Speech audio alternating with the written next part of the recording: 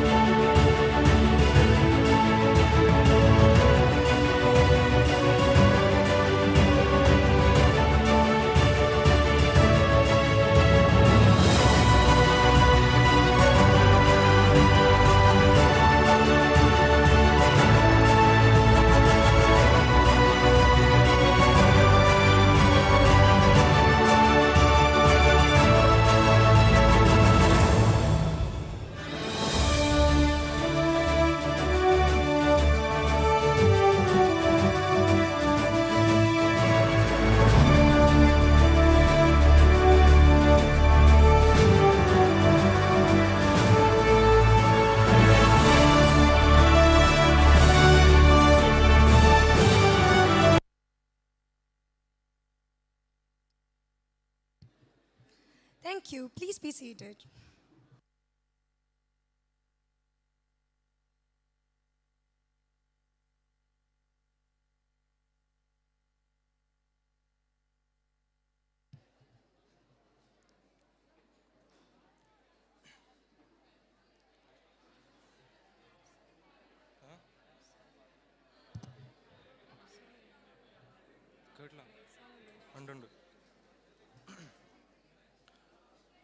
Good morning to one and all gathered here. Graduation day is a much evented event in every student's life. The graduates here have embarked on their journey, steering ahead on their path. Today is the day of celebration of this successful journey of 5 years that you have been together. This is the day when you, the graduates, can finally say, mission accomplished. This is the day when your heart pours out all the joy of an achievement. The day also marks an end to wonderful days of your college life. It's time to bid adieu to the place where you've spent time cultivating skill sets and qualities to be the person you have now become. Nevertheless, treasure the wonderful memories and valuable lessons and move on to face with more goals, opportunities, and challenges. On that note, let us begin by invoking the blessings of the Almighty. I would like everybody to please rise as we start this propitious occasion with a prayer.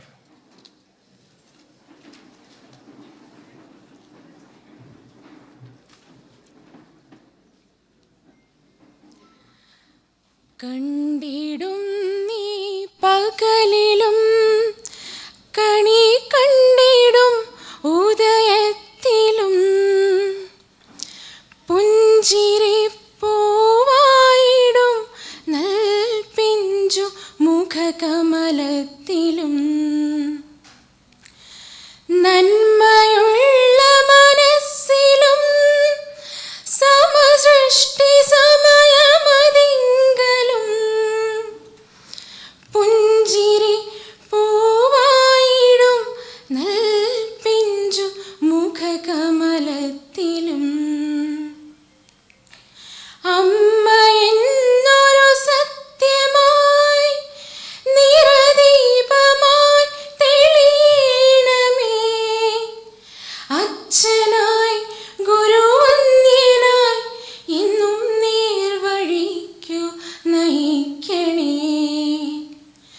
കണ്ടിടും നീ പകലിലും കണി കണ്ടിടും ഉദയത്തിലും പുഞ്ചിരി പൂവായിടും നൽ പിഞ്ചു മുഖകമലത്തിലും.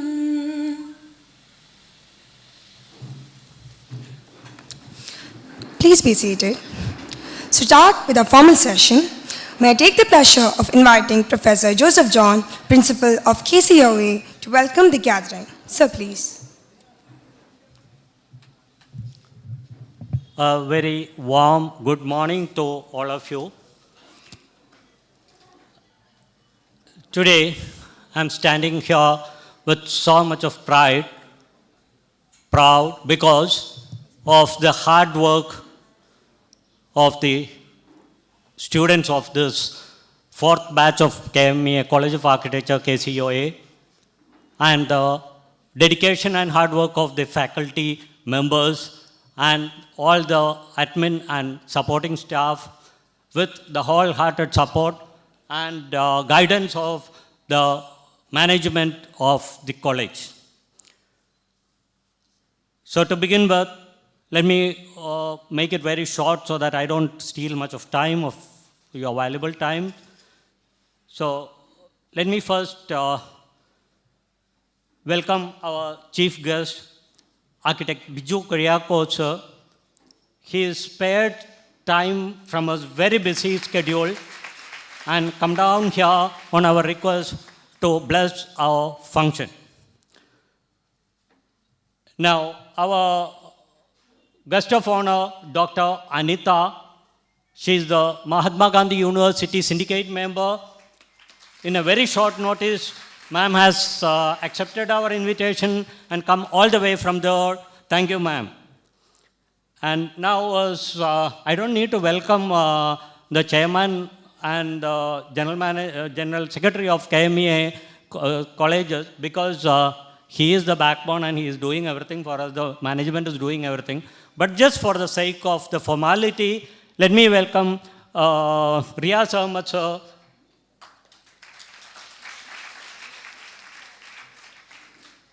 We have Babu Seth, sir, here, the treasurer of KMEA. He's been the most senior member probably in the KMEA committee has seen for a long time. Heartily welcome you, sir. We have Karim, sir, who couldn't make it yesterday because of the very busy schedule, the principal of Arts and Science College, our sister concern. Thank you, sir. And we have Professor Emeritus, the main pillar of KMEA College of Architecture, one of the main pillars. So, Ramesh sir and sir, welcome you to the gathering. Now we have Dr. Jay Devi with us. Again, I don't need to welcome her because she is also part of the family. Welcome, ma'am, but just for the... And Professor Shine Yu is also on the dais. Welcome, sir. And now, the stars of the day. This is your day. So, we are really proud of you. And in future also, I hope. So, all the very best in your future. Heartily welcome to you all to this function. This is your day. So, great, keep it up. And all the students, the parents of this passing out batch, the faculty, I said, dedicated, hardworking faculty. That is the reason for the success of KMEA College of Architecture. And the admin staff, supporting staff, the ITAs, the security personnel, everyone. Let me welcome everyone because this is a family feel what we have. Welcome all. Thank you. Thank you so much, sir. May I now request Mr. Riyaz Ahmed Seth, General Secretary, KMEA, and the Chairman of College Management Committee to deliver the presidential address.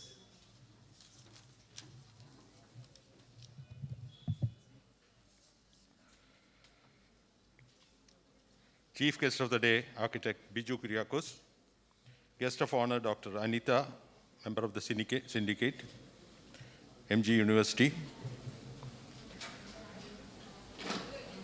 Janab H.E. Mohammad Babu Seth, Treasurer KMEA. Architect Ramesh Taragan, Professor Emeritus of the College of Architecture. Professor Abdul Karim, Principal of the KMA College of Arts and Science.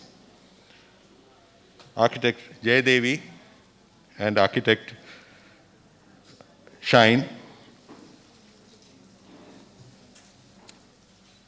Members of the faculty, dear students, parents, my dear friends. I am pleased to be present here for this graduation ceremony of the students of our KMA College of Architecture. KMA College of Architecture is today counted among the best, and the reason is not only the facilities that are offered there, but for the reason more so owing to the dedicated work of the faculty and the staff of the college, and on top of it, the brilliance of the students of the college. We are proud of the fact that our students secured the first among the 10 ranks, 5 ranks in the MG University. I congratulate the toppers as well as all of you who have made this institution proud. The thesis expo that was inaugurated yesterday, we see all the performances here, is a real eye-opener for the talent as well as the energy you possess. And I have no words to appreciate the excellent presentations displayed here. As you have all graduated and are leaving the institution, I request you all to have a soft heart for this institution, the KMA College of Architecture, and also to be active in the Alumni Association, as you will always be part of the KMA family. I wish you all the very best in your career as well as in your life ahead of you. Thank you all very much.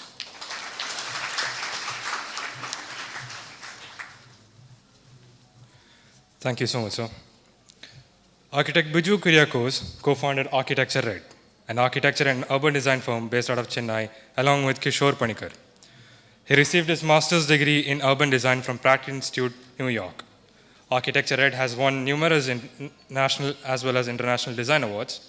In 2009, Architecture Red won the Best Urban Design Project, a World Architecture News Award for the Master Plan of Nordwagen in Copenhagen.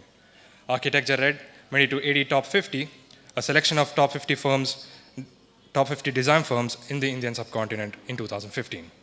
In 2016, Architecture Red won the IIA National Award for the airport city in Oman. Prior to Architecture Red, he was an associate and design director at FX Fowl Architects, a leading architectural, planning, and urban design firm based out of New York. It is an honor to have Architect Biju Kyriakos as our chief guest for the day, and it is my privilege to invite him to deliver the keynote speech.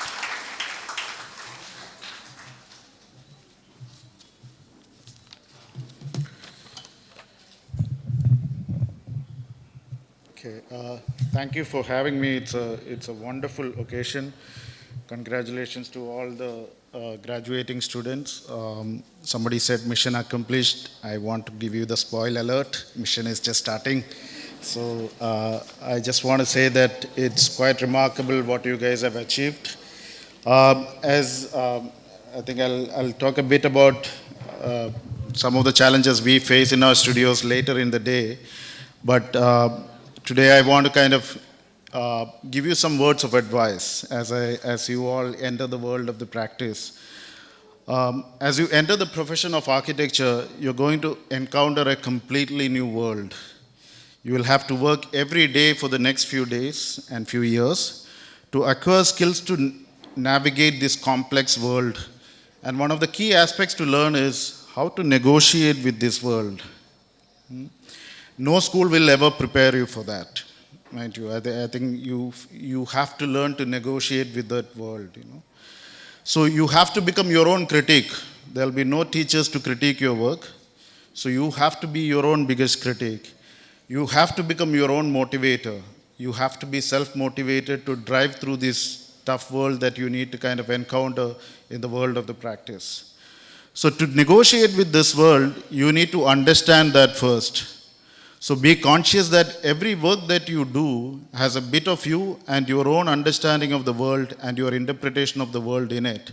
So when you see a building, if you see a lazy building, which means that you are a lazy person. So I think you need to be aware of that. Every building that you do has a bit of you in it. So and it's going to be physically present out in the world. So it's a big responsibility that comes with you. Don't be too obsessed with the world of design. I often find this in many of the young architects. Don't be too obsessed with the world of design. Be obsessed and passionate about the design of the world. I think it's very important to understand this difference. It's important to think like that when you practice in countries like ours.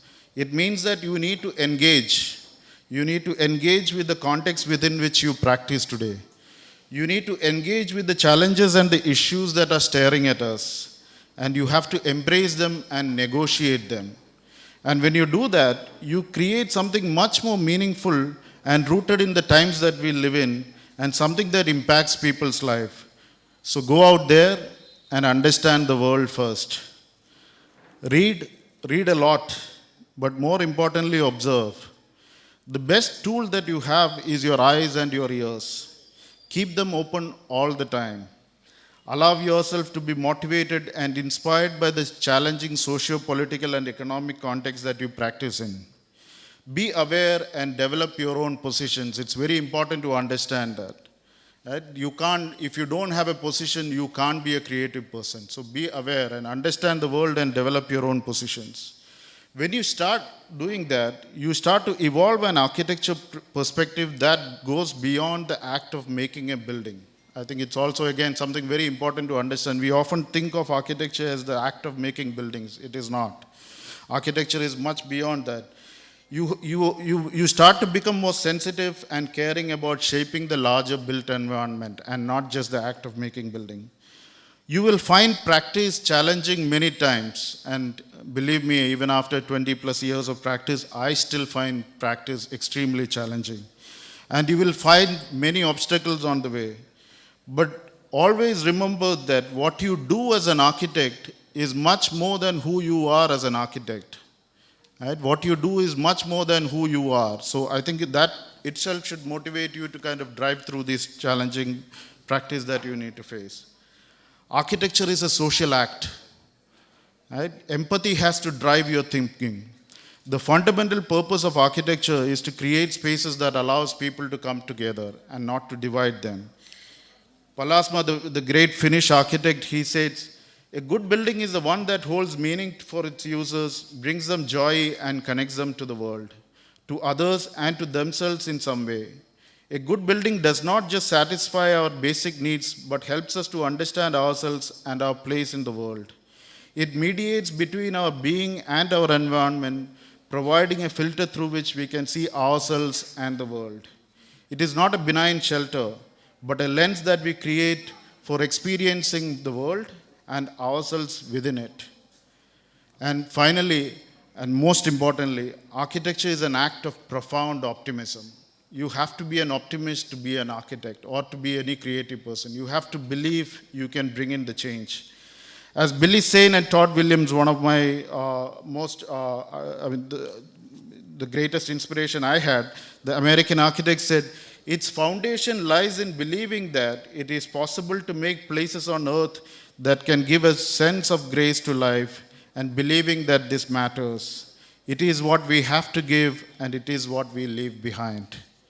So, welcome to the world of practice. It's extremely exciting, but like I said earlier, please understand that it is not the design of the world that you're going to enter.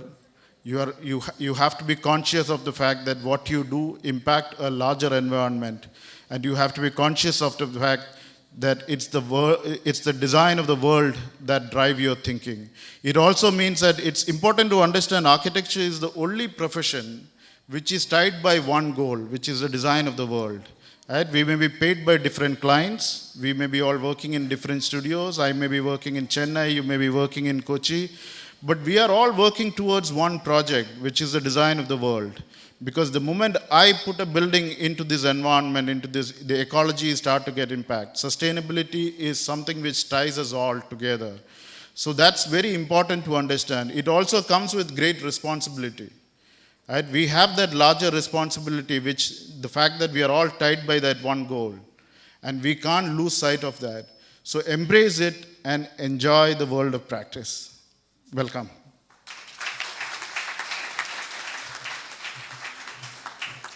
Thank you, sir, for your insightful words. Now, the most awaited moment has come. Yes, it's time to acknowledge the hard work and perseverance of our graduates.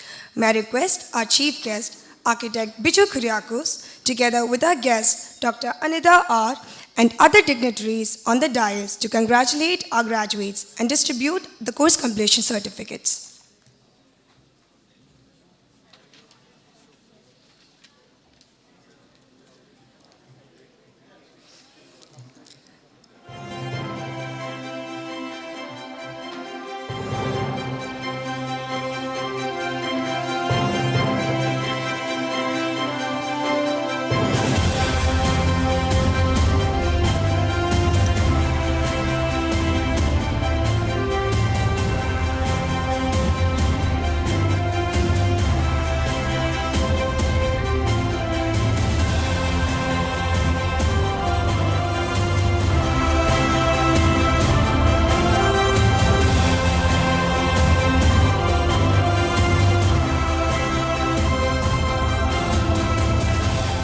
Graduates, please come forward as your names are announced.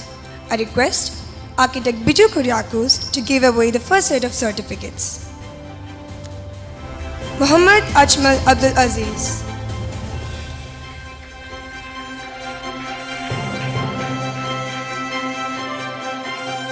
Nazneen Mustafa.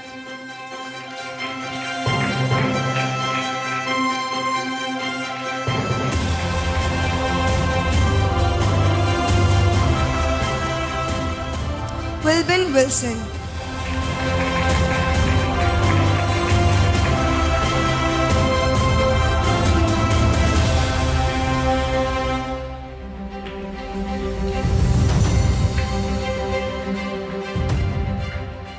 Aisha Mohammed PM. Rabi P. Shiva J. Kolat. Ajmal Shahjahan.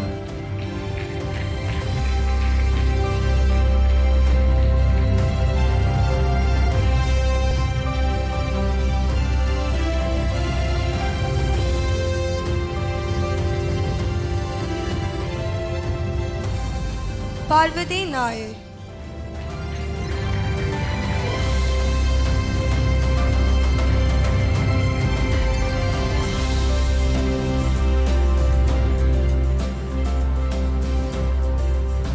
Adira S. Kumar.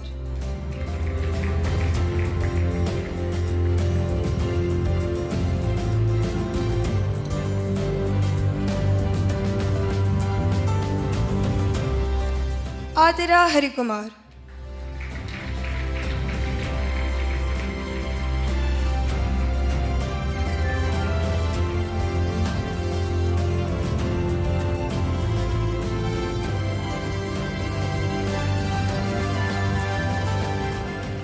Abdul Rahouf. Abdul Hadi.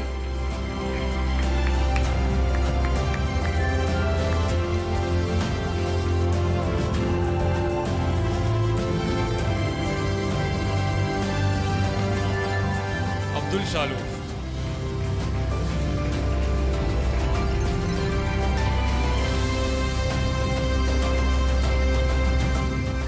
Abhijit MV.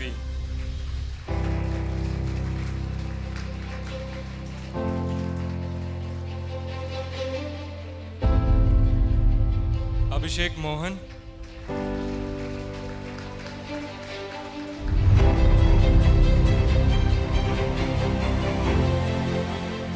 Avinash Ahmad.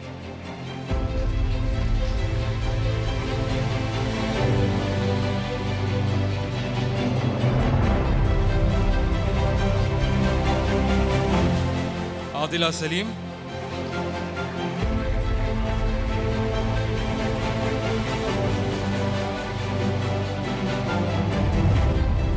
Adit AR,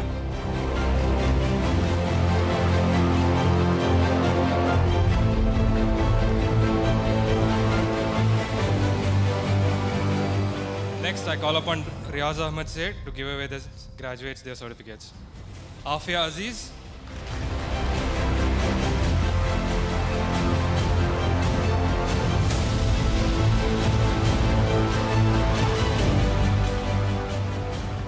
Afnida CJ,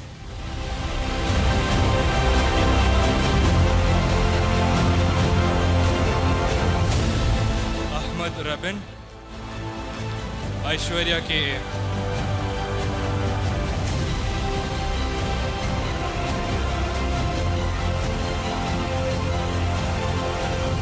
Alan Johnson,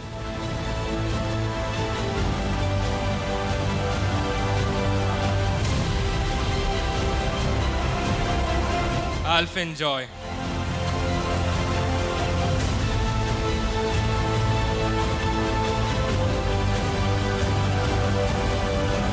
Altaf S,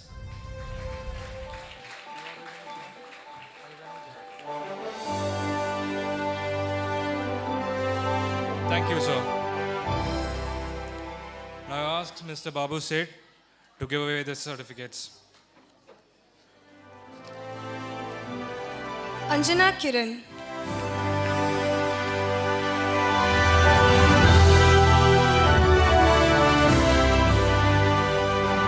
Amrita Sabu,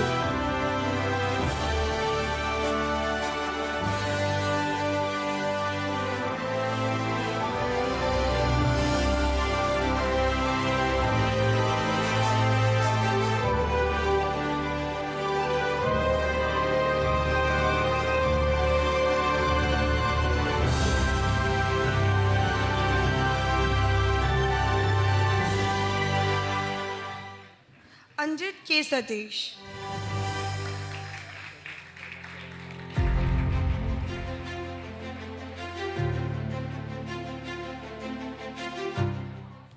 Anju Mary PJ,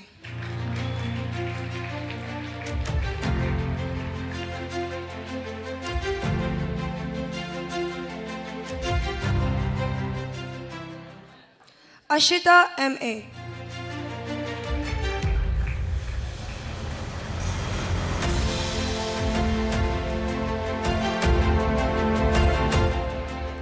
Ashna Shaji,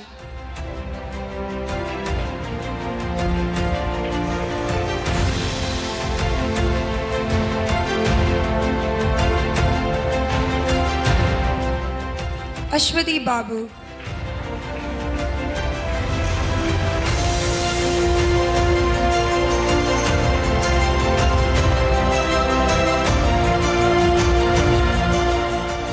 Adira P,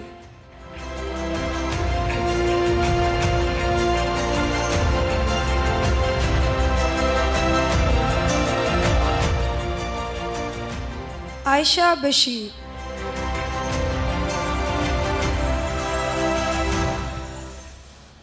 Aisha Nasrin,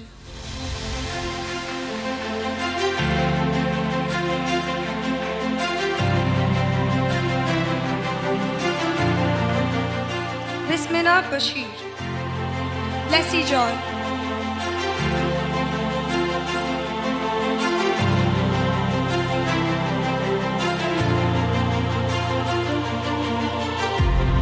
Thank you, sir.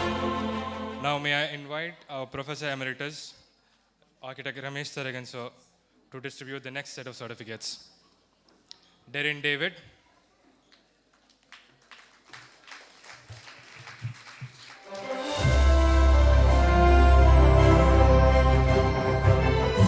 Dilip PK,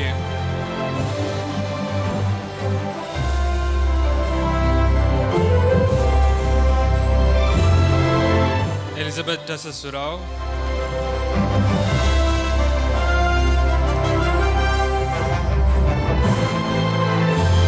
Faraz Dini,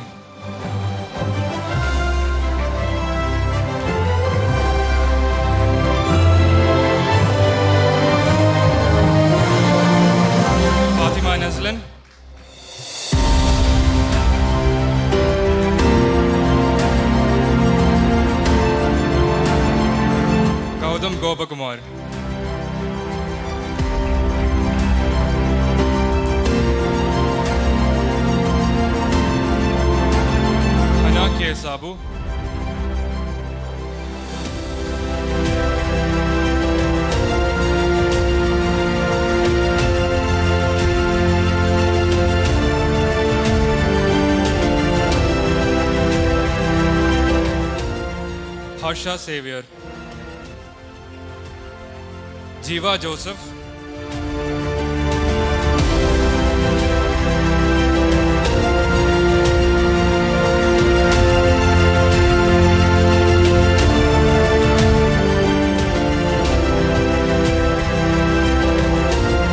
Karishma Sara Kunyuman,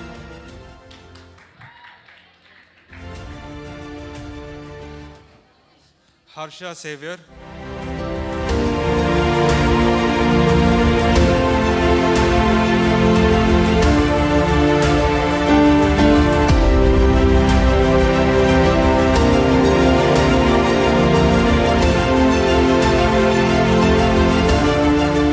Kavya P. Krishnan,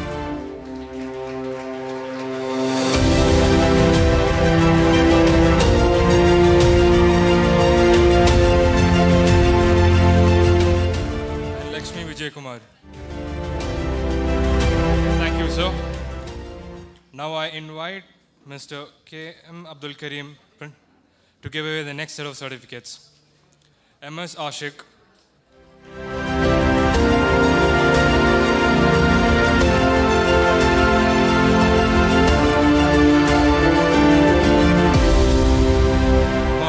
Malavika S. Nair,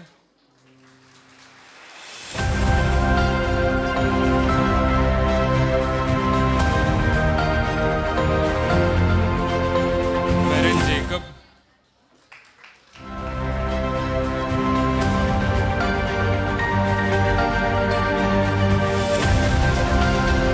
Mohammed CP,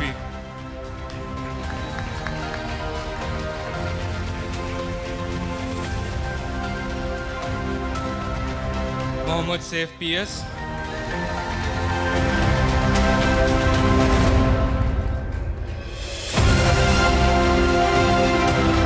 Rafia N,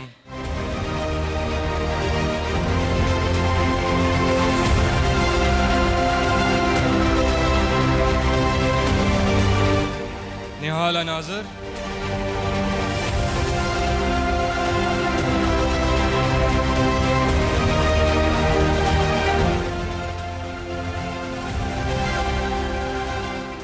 Nihal Sadiq,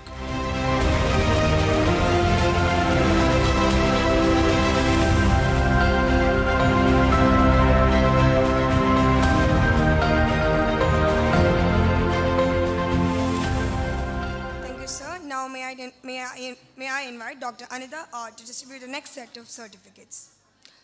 Raiza Zainul,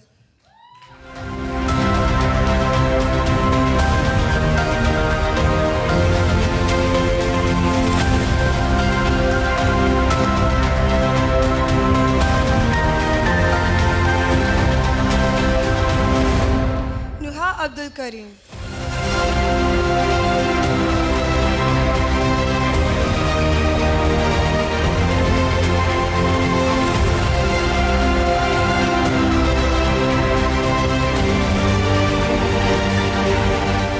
Renu V. Manoj, Rashmi Babu,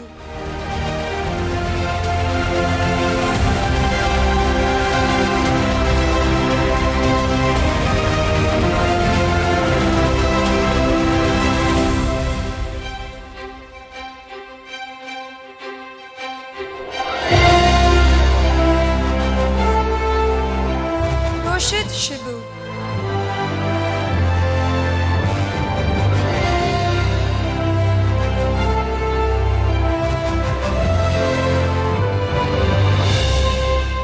Samreen Hanifa,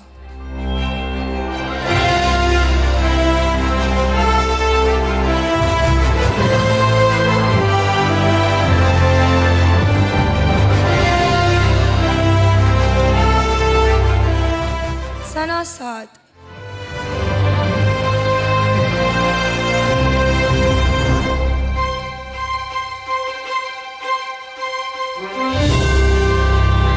Sharad Dinesh,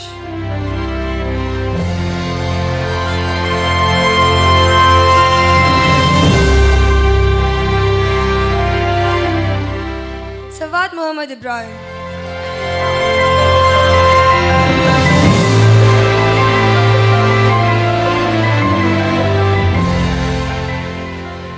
Seba Sultana.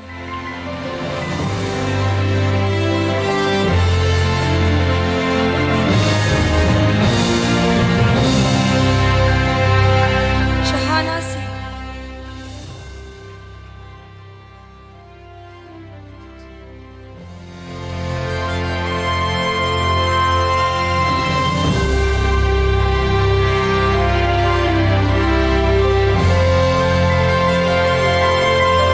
Shahana T.S., Shijin Shahjahan, Sneha Francis,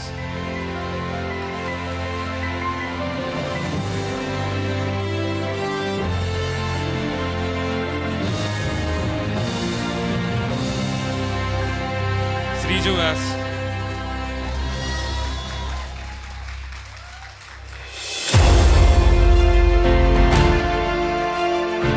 Maya Sagir,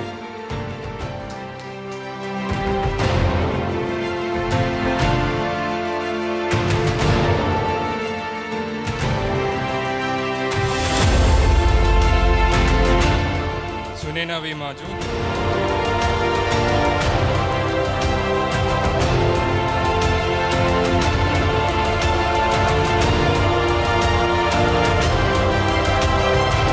Tanha Aziz,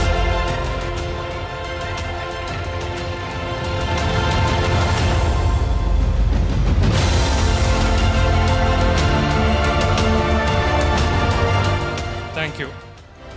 Now I invite our chief guest, Architect Biju Kriakos, to give away the next set of certificates.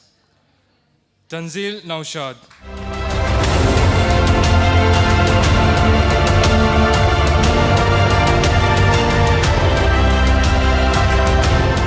Thomas Allen Robert,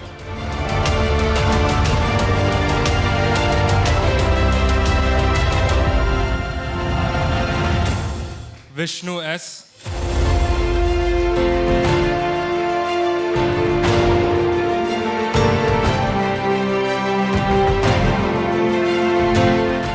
Yasser Mohammad Radid,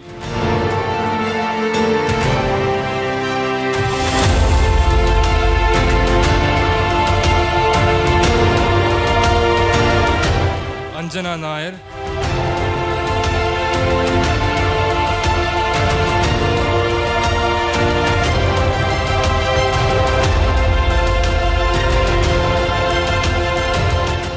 Nesma.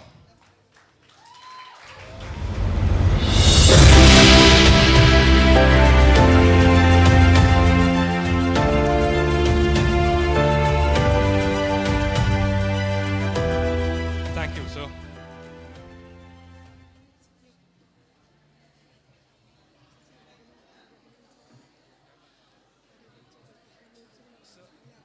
There's two more to.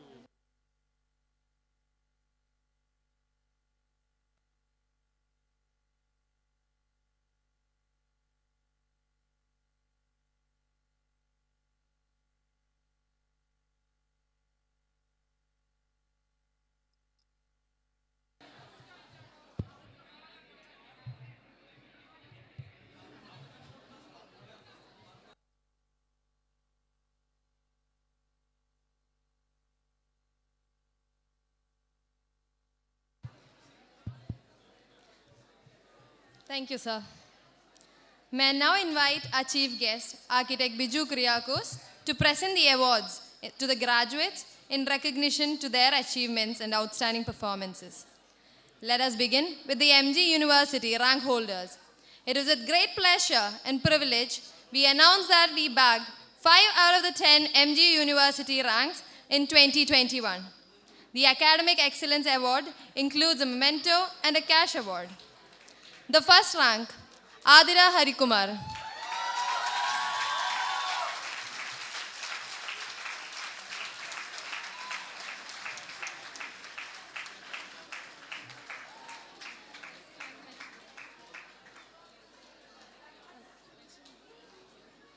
Rank 3, Faris Ginny.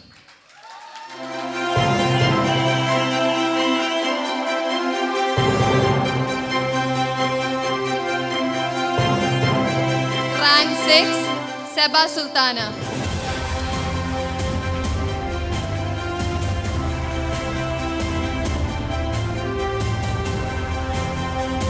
Rank 8, Malavika S. Nair.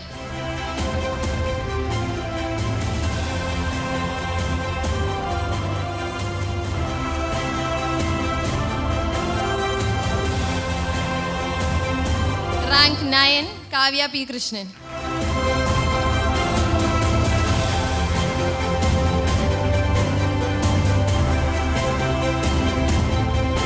Congratulations, rank holders. You set a benchmark for us to thrive forward towards academic excellence.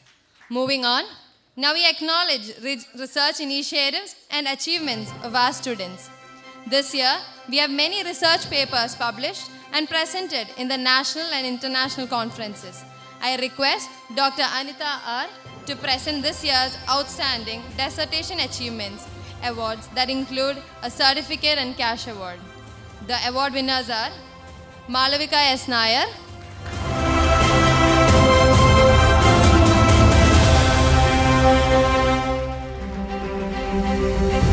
her topic of research is translation of therapeutic architecture as a guideline for residential design.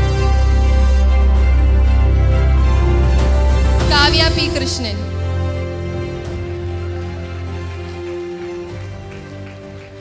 She did her dissertation on psychological influences of architecture on the demented in care.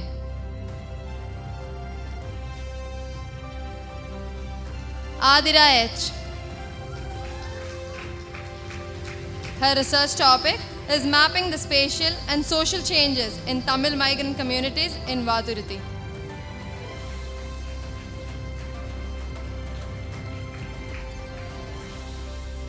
Sunaina V. Maju. She researched the influence of urbanization in the relation of public spaces and city, a comparative analysis of evolved public space in the city of Ahmedabad.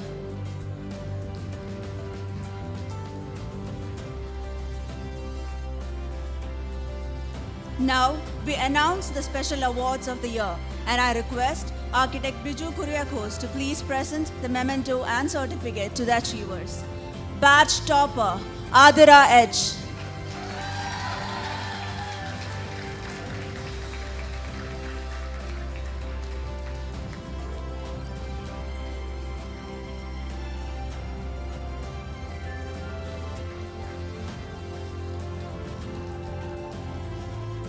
Thesis Topper, Abdul Shalom.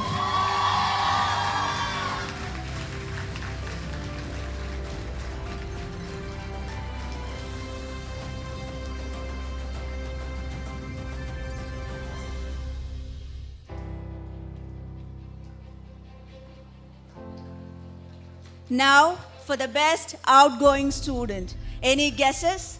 Yes, it is Sunaina V. Maju.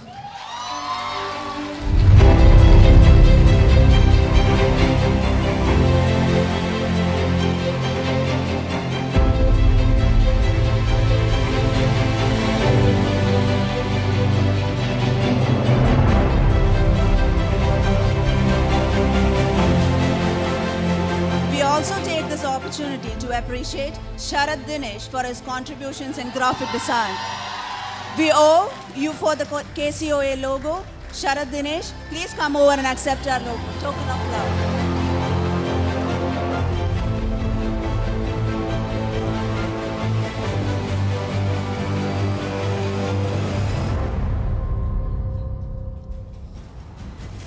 Thank you, dignitaries and graduates.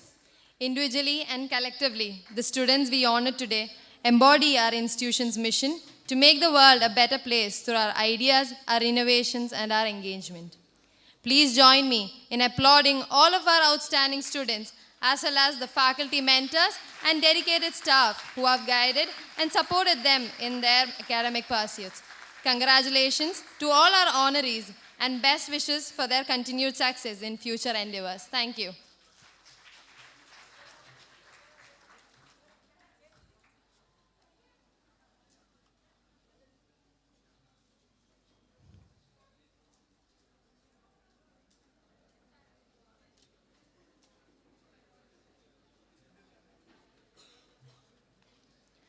We are honored to have with us today Dr. Anida R., Syndicate Member, Mahatma Gandhi University, and Principal, Devasam Board College, Taleola Paramba. In her 26 years of service, she has served as English BOS chairperson, published 3 critical books and numerous articles. She is a research guide of MG University, and her areas of interest are comparative literature, Indian aesthetics, and film studies. I invite Dr. Anida to address the gathering.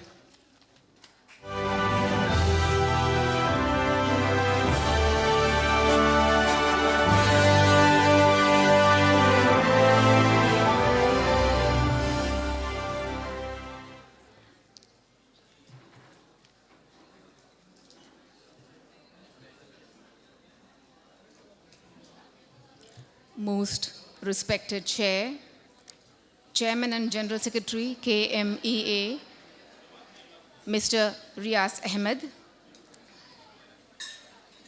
distinguished Chief Guest, Architecture RED, Chennai, Architect Biju Kuriakose,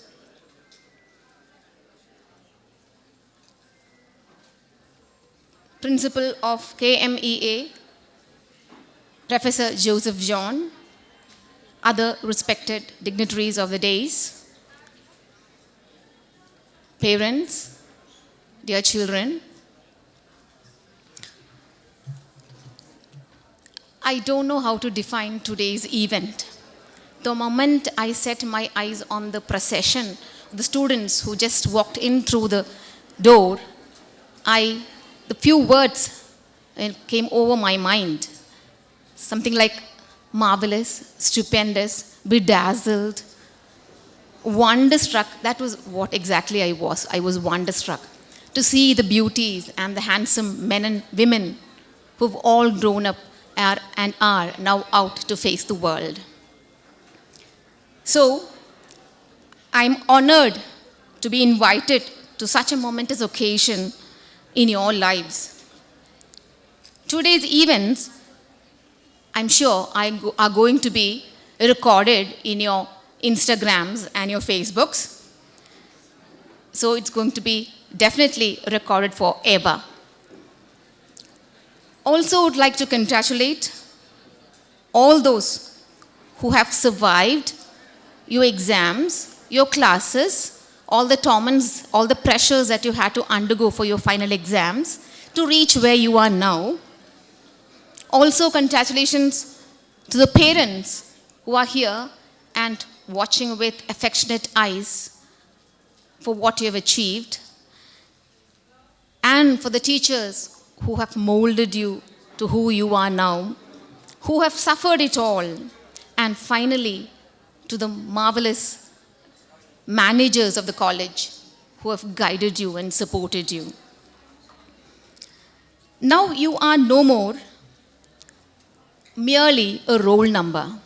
You have got back your name, and your names were called out here where you came, and from here on, now on, you will not be 101 or 301. You will be what you are, what you will be known as in your life.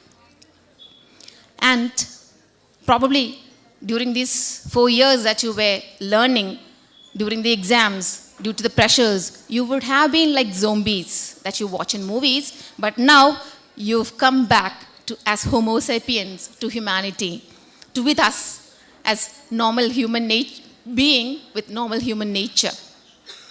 Welcome back to the real world.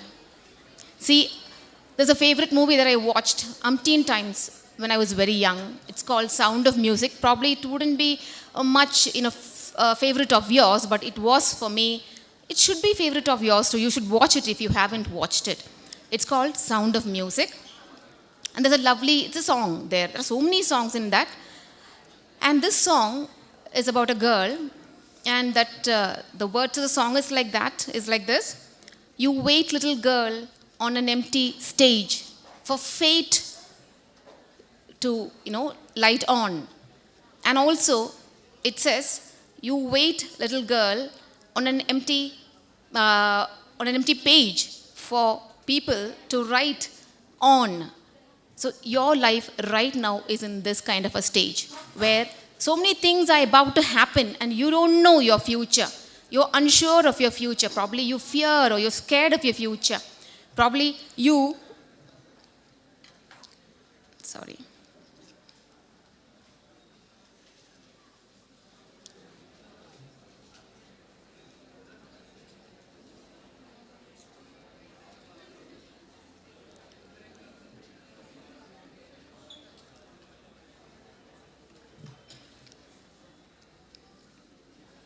Yeah, probably you'll now going to be afraid of your new routines, and also probably you will be in a new environment where you will be very insecure. So let no one dictate you in your course, as only you know your strengths and weaknesses. Now, you've been offered pieces of advice. You must have had it all throughout your life. I'm also going to give you free words of advice. In your life ahead, do have a backup plan. You know why? Because your profession probably might give you a lot of stress. But if you have other backup plans, like for example, I was just thinking, like if you probably weren't already placed in a profession, with a company, if you haven't landed a job, definitely you can all be models or even film actors, because you're all looking so wonderful. So I thought that you can always have a backup plan, like being a model, or maybe even learn a few instruments, or maybe even learn few music or dance, whatever. So that will give you a bit of relaxation in your tough schedule ahead. Now, also remember to keep up your relationship. As you were over here to receive your certificates, and I saw that you had a few fans over there. Your friends were your fans. Remember that they should always be with you, even 20 years after. Like for in the exam film, like Classmates, or for in the film that you see, Hrudayam, they will be there to take you up, take care of you, or maybe like be a net, a security, a kind of a net, a strength of support for you. Again, be well informed, because you need to update your knowledge. This is not the final book that you have learned or read. You're going to need more information, because knowledge keeps itself, with new technology and everything, knowledge keeps itself renewed every day. So you have to keep yourself updated. So that was not the end of closing the book. It's again going to open a new book. Again, cultivate your sensibility, because you will be needing to talk to people. You will be needing to engage in social life. What will you talk there? You will have to talk about cricket, from cricket right to over what A.R. Rahman's new song, I don't know, to BTS, whatever. You have to keep talking, right? Engage yourself to be there, communicating to people, speaking to people, all kinds of people you have to talk. So there you have to cultivate your sensibility. Probably you might not sing, but you could know something about music, so that you can get across your friendship to other people. And again, there's this wonderful saying that I always like to say with you, especially with you architects, I would say, a picture is worth 1,000 words. But in your context, I would say it's not picture, but it's space. It's space, the experience of space, that is worth a lot. I teach English, and I've got research students with me. And one of the topic that one of my students is doing is about urban nature.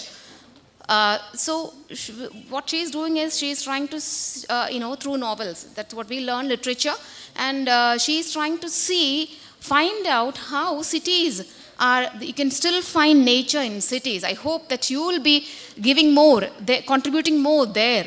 As part of her research, she's already taken up novels, but ahead, in the future, I'm sure your contributions are going to be worth there. People are going to look up at you, and also whatever you've contributed probably would end up as research in the interdisciplinary fields where we also look into. Right. So now finally, before you do all that, before you go ahead and face the real world, all the challenges, before you do all that, enjoy the moment right now, today, this moment, right?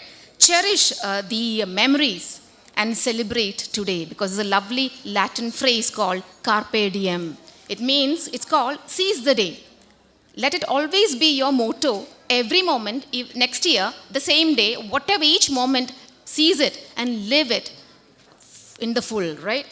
And then Right. So I think that's all about the kind of advice that I would like to give you. But before I end, I was thinking about you yesterday, and I thought, what would I give you? This should be something that I should give you, leave by mark or whatever, so that you'll remember me, right? So I thought that I should end up my speech with a challenge. I'm posing a challenge to you, not just one, but three. As architects, I would like you to take upon a very ancient construction that has been already done, but it got dilapidated due to, you would know when I mentioned the name, you would know the history, the story behind it. It's the Tower of Babel.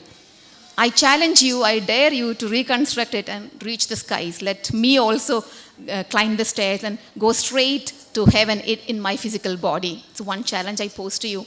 Another challenge that I would like to pose to you is, now we already have, isn't it 7 wonders of the world, right? Why not an 8th one?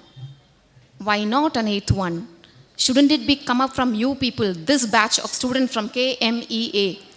What do you think? Are you up to the challenge to create an 8th wonder of the world, which people would talk about always? Would you do that? Right. And again, one more thing. It's not over. One challenge also. I would like to see you. You've heard of Leaning Tower of Pisa, right? Yeah, Leaning Tower of Pisa. I would like you to straighten it up. Would you take that challenge? Yeah, probably that itself is a wonder of architecture, but still I would like you to, if it's supposed to be an error, I would like you to correct it. With these challenges, I leave you to your world, to new opportunities. Lovely to be here. Thank you so much.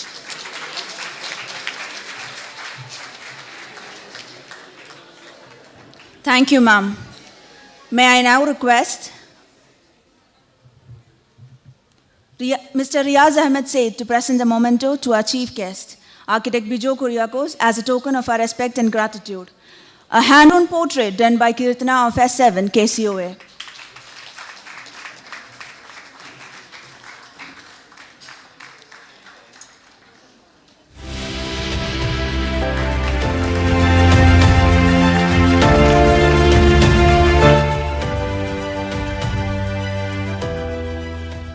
I now call upon Professor Emeritus, Architect Ramesh Taragan, to present a memento to Dr. Anida, a hand-drawn portrait by Surya Suresh of S3 KCOA.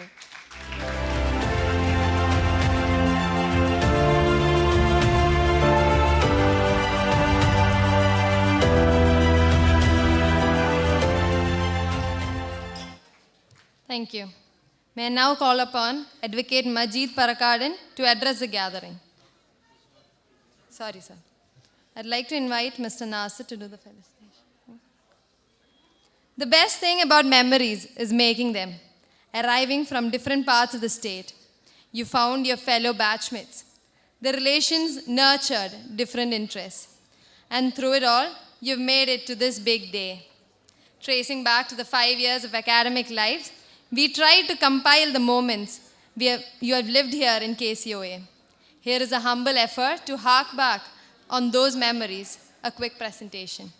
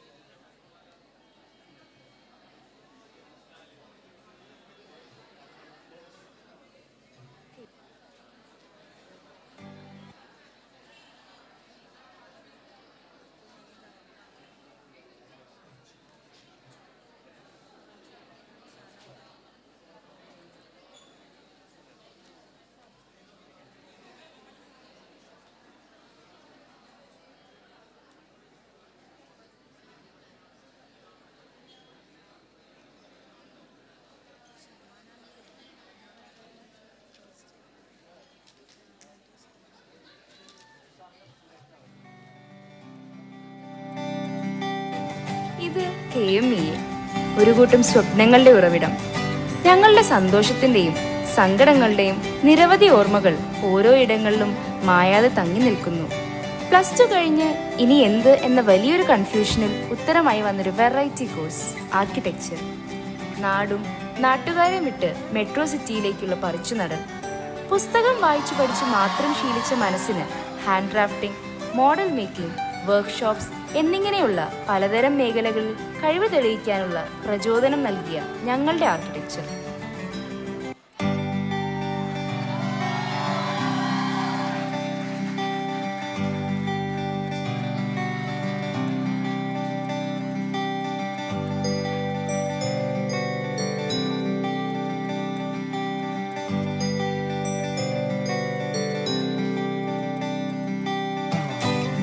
Hi everyone. It gives me a lot of happiness and probably I get a lot of excited when I talk about your batch. You're my first batch in KME. Our foundation studio, our Goa trip. You know, we've created a lot of memories together and I cherish them all very close to my heart. First year in association was not totally many subjects post first year, but thankfully we've continued to keep the association. Finally, thesis settlement we could kind of keep the association, and you know, I'm very proud of all your achievements. You've constantly done great. All of you have done great, and I very much hope and pray that you all have all the happiness that you deserve in life. Good luck. Keep in touch.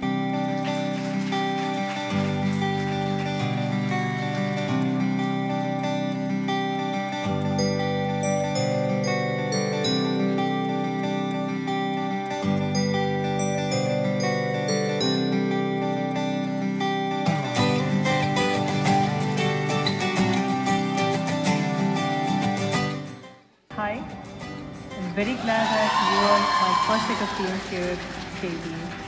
Probably the only batch A and B and separation of the full batch and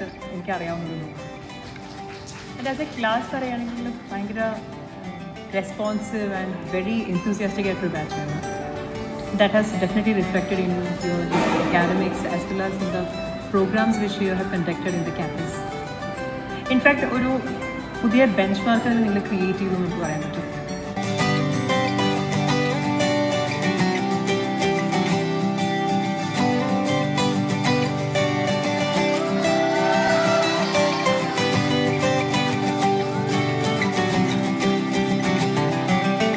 Feel as an institution we could provide you with an environment that was conducive for happy learning. As a faculty group and as an institution, we could afford to do that, which makes me happy again. And it was interesting to see you all evolve from kids to men and women of substance.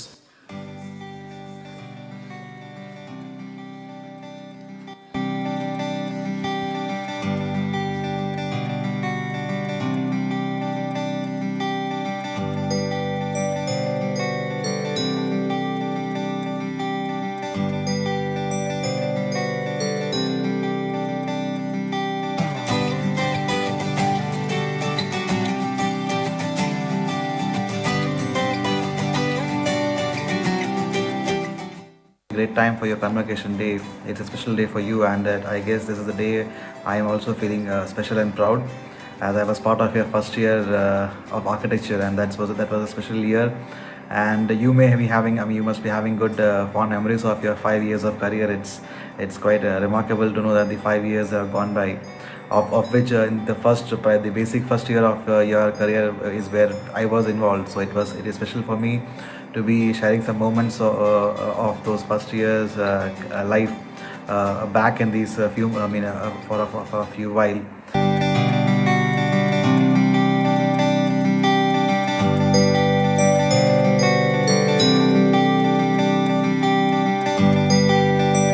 Hi everyone. So ഈ ബാച്ചിനെ കുറിച്ച് ഓർക്കുമ്പോൾ first I remember the start of my teaching career in KMU. ഞാൻ നിങ്ങൾ ഒരുമിച്ചാണ് ഇവിടെ join ചെയ്തത്. So അവിടെ മുതൽ ഐ തിങ്ക് ഫസ്റ്റ് ഇയർ മുതൽ second year, fourth year, fifth year എല്ലാ ബാച്ചിലും എല്ലാ ഇയറിലും എനിക്ക് നിങ്ങളായിട്ട് ഇൻട്രാക്ഷൻ വന്നിട്ടുണ്ട്, beat in history or any other subjects. And I always felt a positive vibe in the class. ഒരു എപ്പോഴും ഹാപ്പി ഫേസസ് ആയിരുന്നു ഞാൻ ക്ലാസ്സിലാണെങ്കിലും ഔട്ട്സൈഡ് ദ ക്യാമ്പസ് ആണെങ്കിലും കണ്ടുകൊണ്ടിരുന്നത്. So I'm very happy about this batch.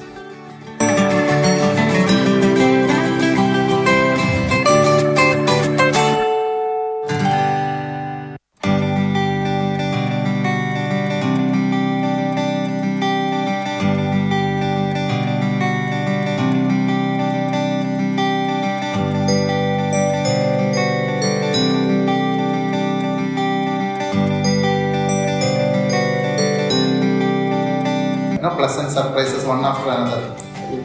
ഇപ്പോഴത്തെ റിസർച്ചും ഡെസർട്ടേഷനിലാണെങ്കിലും ബാക്കി പേപ്പർ പ്രസൻറ്റേഷനിലാണെങ്കിലും as a batch you got number of awards and prizes, and then finally when it came to thesis and rank also, you have given a pleasant surprise to all of us.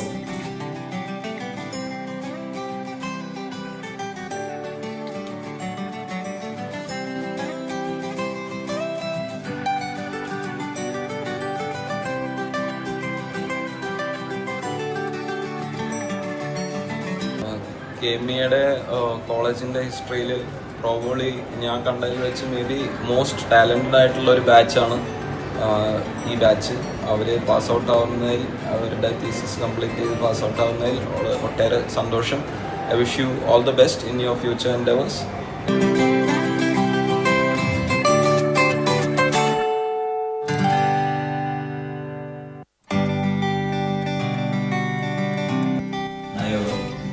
എന്തായാലും നിങ്ങളുടെ കോൺവൊക്കേഷൻ്റെ സമയമായില്ലേ?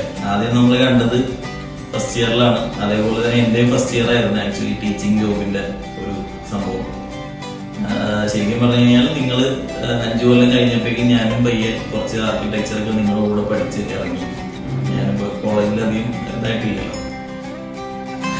പിന്നെ സത്യം പറഞ്ഞു കഴിഞ്ഞാൽ college life കഴിഞ്ഞതിന് ശേഷം നിങ്ങളിൽ, അതായത് എൻ്റെ ഫ്രണ്ട്സിനെ പോലെയായിരുന്നു ഞാൻ കരുതിയത് നിങ്ങളെല്ലാവരും. അതേപോലെ നമ്മുടെ അഹമ്മദാബാദ് ട്രിപ്പും ഈവൻ പാണിയിൽ പോല് മാത്യു സാറ് നമ്മൾ ഡിസൈൻ ആയിട്ട് ഇത് ചെയ്യാൻ വേണ്ടിയിട്ട് പാണിയിൽ പോയതും എല്ലാം നല്ല ഓർമ്മയുണ്ട്. എല്ലാം എന്നല്ല, പല കാര്യങ്ങളും ഇപ്പോൾ 5 കൊല്ലമായിട്ട് എനിക്ക് അല്ലാതെയും നമ്മൾ തമ്മിലുള്ള ഒരു റിലേഷൻ കീപ്പ് ചെയ്യുന്നുണ്ടല്ലോ. അപ്പോൾ എനിക്ക് ഇത്രേ പറയാനുള്ളൂ. വീണ്ടും ഇനിയും ഇപ്പോൾ ഞാൻ കോളേജിൽ നിന്ന് ജസ്റ്റ് ഒന്ന് ഇതായെങ്കിലും നിങ്ങൾ ഇനിയും എന്നെ എന്താ പറയാ ആ റിലേഷൻ കീപ്പ് ചെയ്യാൻ വേണ്ടി ശ്രമിക്കാം. Okay, thanks. KMEA 1000 ഓർമ്മകൾ ഞങ്ങൾക്ക് സമ്മാനിച്ചു. നിറമുള്ളതും കണ്ണിന് ഈറനണിയിക്കുന്നതും എന്നും ഓർമ്മയിലുണ്ടാവണമെന്ന് ആഗ്രഹിക്കുന്നതുമായ നിരവധി. കടന്നുപോയ ഓരോ നിമിഷങ്ങളും മറക്കാനാവാത്ത 1000 ഓർമ്മകളാണ് സമ്മാനിച്ചത്. കാലങ്ങൾ എത്ര മറഞ്ഞാലും ആ ഓർമ്മകൾ എന്നും മനസ്സിൽ നിന്നും മായില്ല, മറക്കില്ല.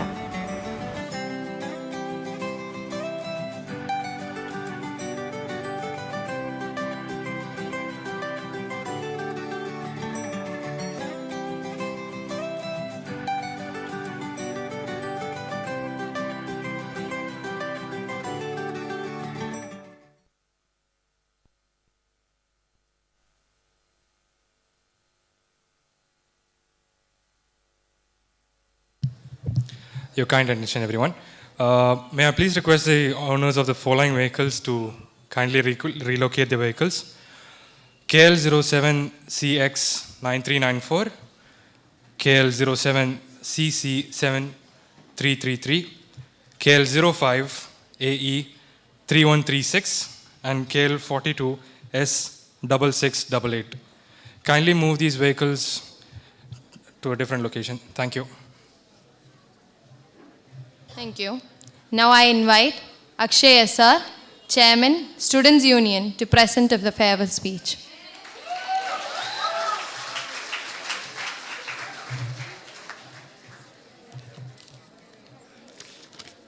Hello everyone. കേൾക്കാലല്ലേ? Okay. Good afternoon everyone. Chief guest, Architect Biju Kuriakos, Anita ma'am, welcome to. Okay. ശരിക്കും നിങ്ങളുടെ മുമ്പിൽ നിൽക്കുമ്പോൾ എനിക്ക് ഭയങ്കര സന്തോഷമുണ്ട് കേട്ടോ. കാരണം നിങ്ങളുടെ എല്ലാവരെയും ചിരിച്ച മുഖങ്ങൾ ഒത്തിരി നാളിന് ശേഷം ലൈക്ക് എൻ്റെ ട്രെയിനിങ് കഴിഞ്ഞ് വന്നിട്ട് എല്ലാവരും കാണാൻ പറ്റില്ല, എനിക്ക് വളരെ സന്തോഷമുണ്ട്. അതിനേക്കാൾ ഉപരി ചെറിയൊരു വിഷമമുണ്ട്, അത് പിന്നെ പറയാം. ഓക്കെ, ശരിക്കും പറഞ്ഞാൽ നിങ്ങൾ ഞങ്ങൾക്കൊരു വലിയ അനുഭവമാണ് തന്നിട്ട് പോകുന്നത്. അതിനേക്കാൾ ഉപരി നിങ്ങളുടെ ഒപ്പം ഒത്തിരി ഓർമ്മകൾ ഞങ്ങൾക്ക് തന്നിട്ടുണ്ട്. എന്തൊക്കെയാന്ന് പറയുമ്പോൾ നമ്മൾ ഒന്നിച്ച് കാഡക്സ് ചെയ്തു, അഗർവ, പിന്നെ കാർവ്, ഇതൊക്കെ ശരിക്കും പറഞ്ഞാൽ നമ്മൾ ഒന്നിച്ച് പണിയെടുത്തതിൻ്റെയൊക്കെ ഒരു വികാരം ഉണ്ടല്ലോ നമ്മുടെ. എന്താ പറയാ, ഇല്ല നമുക്ക് ഇപ്പം എനിക്ക് മാത്രമല്ല, നിങ്ങൾക്ക് ആ വികാരം ഇല്ലേ? നിങ്ങൾ ഒട്ടും പ്രതീക്ഷയല്ല എന്നെ ഇവിടെ. ശരിക്കും ഞാൻ നിങ്ങളെ ഒരു ജൂനിയറായി, ലൈക്ക് നിങ്ങളുടെ ഒരു ജൂനിയർ ആയില്ലേ, എനിക്ക് വളരെ സന്തോഷമുണ്ട്, ഞാൻ അഭിമാനിക്കുന്നുണ്ട്. ഓക്കെ, പിന്നെ നിങ്ങൾ കുറേ എന്താ പറയുക സ്പിരിറ്റ് തന്നിട്ടുണ്ട്. ഓരോ സ്പിരിറ്റ്, ആൽക്കഹോളല്ല, spirit means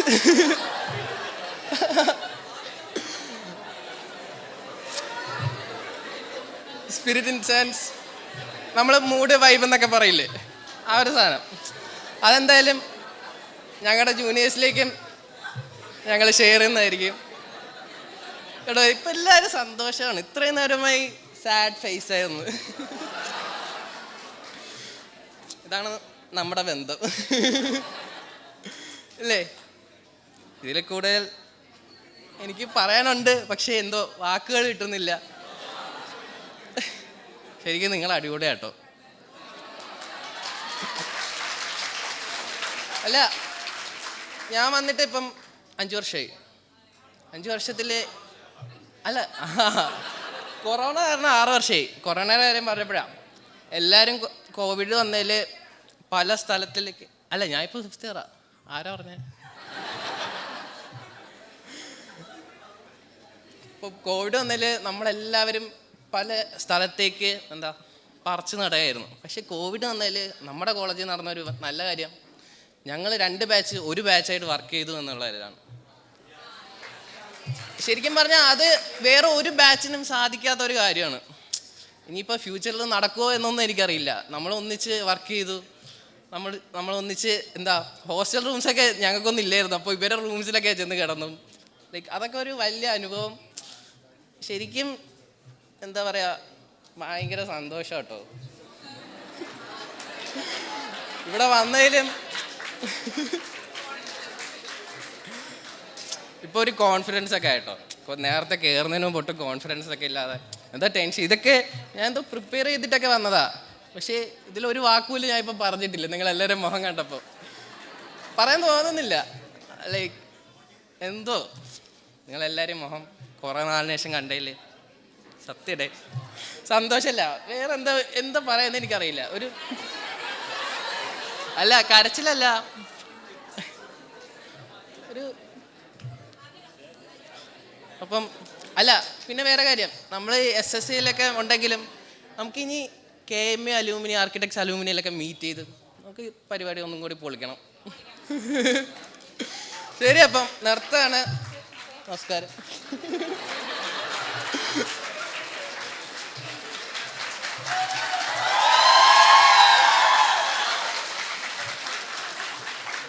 Thank you, Akshay. Now, I invite Sunena V. Maju from the outgoing batch to deliver the farewell speech.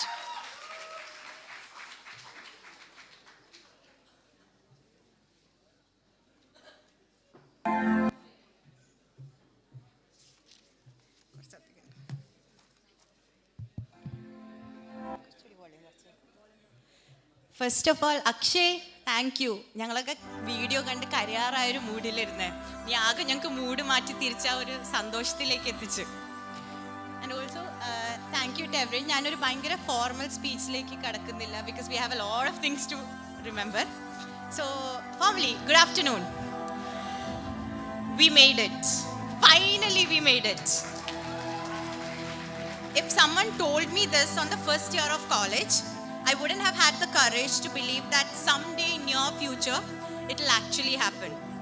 And with each passing year, this day seemed further away. after innumerable thought trains of should I give up? Will I be able to complete this? Is it too late to quit? Is it too soon to quit? And a million more other doubts. We are in a stage where we can finally say we did it. We graduated the 5-year, or more like for us, the 5.5 years of Bachelor of Architecture. Years later, it still feels surreal to say it out loud. Let's face it, these years weren't just about architecture. Look around you. Look at us. We are the same people who met on the first day of induction, but each other feels different. We have changed tremendously. We literally evolved into a new person. We cried, laughed, smiled, fought, traveled, saw new things, got new people, learned new lessons the hard way, but we did it all together. And I guess that's what makes us parts of a unique whole. And not to mention, we were actually in safe hands of KMEA family. I know family sounds cliche and was imbibed on us in the first year of architecture, but on the last day, it just feels right to call this whole group of people family. I may not have emphasized on the safe if we were in the pandemic batch, because every person who have ever been a part was important and irreplaceable. I mean, all of you who are here and who couldn't be here, there is no way to put it than be extremely grateful that you had our back even at times we didn't realize. Not joking, but it actually took us a pandemic to realize what we had. For years before internship, even the biggest problems seemed solvable. On days when we were stuck in design or anything, we always had someone come and tell us that it's not a big deal and the world doesn't end here. Whether it be seniors or juniors telling us their nightmare studio stories, thereby making ours seem simpler, or being able to stay in library to vent out our pressure without questions asked, or having computer lab feel like a safe haven, or Ittas and Chechis occasionally inviting us to their teas and evening stories. These simple, mundane things of every day were important. And we didn't realize they were so important until we didn't have the access to it. While working from home, suddenly every small creative block felt like a dead end. There was no one or no place to vent out.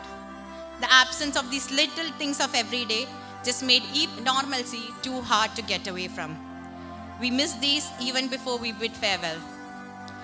I don't think I can stand here on the behalf of my batch and talk about each and every faculty who shaped us to what we are today. But if ever given a chance, we can effectively write a book on 56 people we met in architecture school who apparently shaped our foundation and shaped us into proud graduates, which without them would have never been possible. What we receive from our faculties is worth more than the few minutes of a speech. And in my experience, I don't think the relation we have with our mentors and guides is something that will cease to exist just because we are graduating. Even though it started as an academic relation, for most of us, it's extremely personal. And we can't thank you enough for nurturing us into a friendly competition, deeper thoughts, historic revelations, practical scares, never-ending debates on not just architecture, but every topic on earth. If we became better humans, and a group of architects who feel responsible for their action, it is yours and truly yours to take credit for. But that being said, we'll miss meeting the immature kids who could run up to you and ask blunt questions of whys and why nots. Now, we should be more surprised that our parents made it with us. I know it was more pressuring on you than us to quit through these 5 years. We did our best and we hope we made you proud. So on the behalf of 2016-21 batch, I genuinely express our gratitude to each and every one of the KMEA family and our parents for always having believed on us even on days we couldn't. Now, to my fellow graduates, a batch of students who didn't get closures. As much as I feel happy to repetitively say that we made it, right now it feels too real. Until yesterday, this day was just about graduating, but suddenly it hits that this is the last page of the final chapter in a beautiful book. This is it. It's over. And it's not simple. or as easy as I thought. We're not one of those batches who had the strongest bond. We were 83 different people with individual opinions, likes and dislikes and choices, strong choices. But given a chance, I want to relive a million more memories with these same people. To catch many more trains to new places, eat food that we definitely know will make us sick. Visit architectural wonders and question everything about it. Get off on every station and end up recreating a DDLJ sequence. Take night outs and start painting walls that we may or may not complete. Choosing to take breaks by the water cooler when design gets stuck. Sit on the floor of the veranda until a faculty walks past and smile at us. Shout and dance to our heart's content at events. Complain about canteen food but still crave it mostly at the end of the months. Sit at courtyard and everyone join in and make it an evening gathering every single day. These weren't the exceptional memories, but these were the most comfortable moments. And I don't think until today, before seeing everyone here sitting, holding their degrees in their hand and having the red sash around, I didn't realize all of this was real. There's not going to be another series of all these. And I don't think me or anyone here is ready for it. But now, however it is time. I hope when the curtain rises and we walk out of this part of our life, we'll keep close the simpler times and stupid smiles.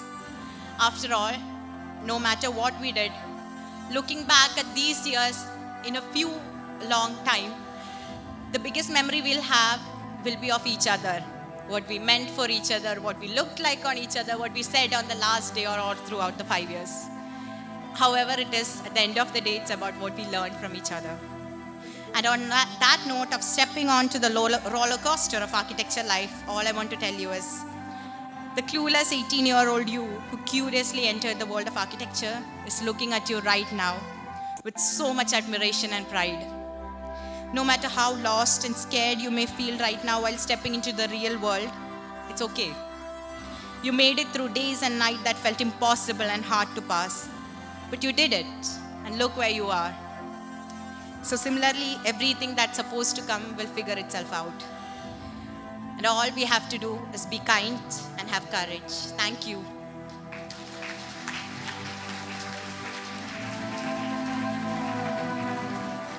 Thank you, Sunaina. That was indeed beautiful. Now, I would like to request our academic coordinator, Architect Shine Yu, to propose a formal vote of thanks.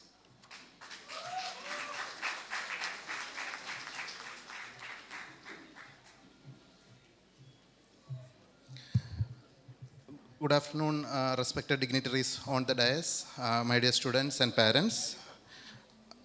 As a formal vote of thanks, my responsibility before getting to the formal vote of thanks responsibility, I would like to express my happiness of having all of you here on this wonderful occasion. And after Sunaina's speech, I think she spoke her heart out of the feeling of being here and completing the 5 years of the course.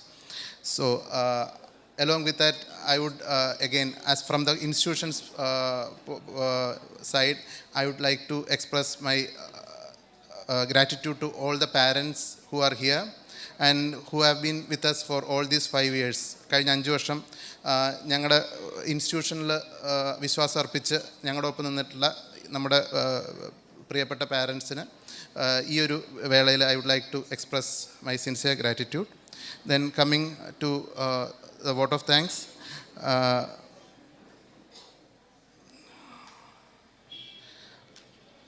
I would like to express my gratitude to Architect Biju Kuriakose, who has come here, and he has graced this occasion with his motivating words and advice for our students. And also Dr. Anita, who is our MG University Syndicate member. Again, she has spoke her heart out and put out challenges for our students. It was wonderful hearing her.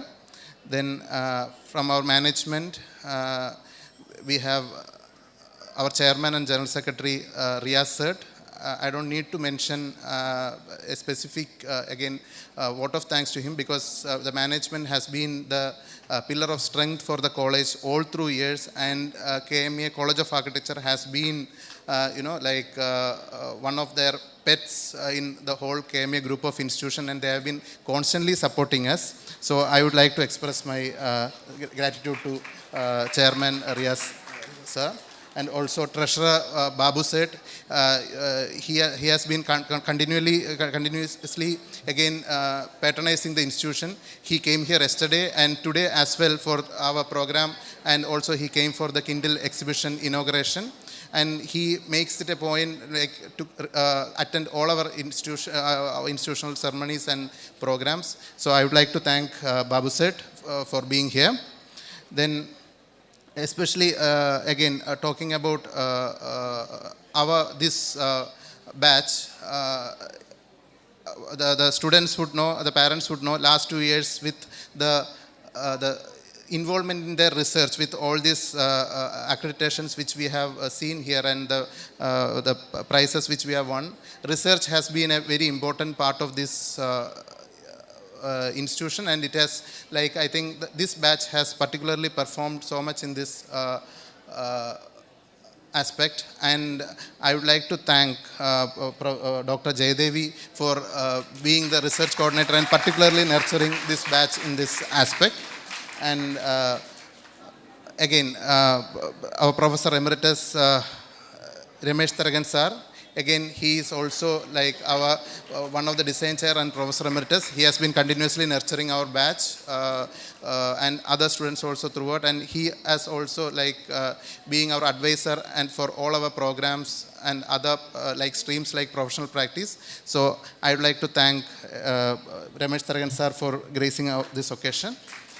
And again, I don't need to thank our dear principal, Joseph John. He has been so engaged and hardworking behind setting up such a program and trying to get into the details of each and everything and trying to make this program a success.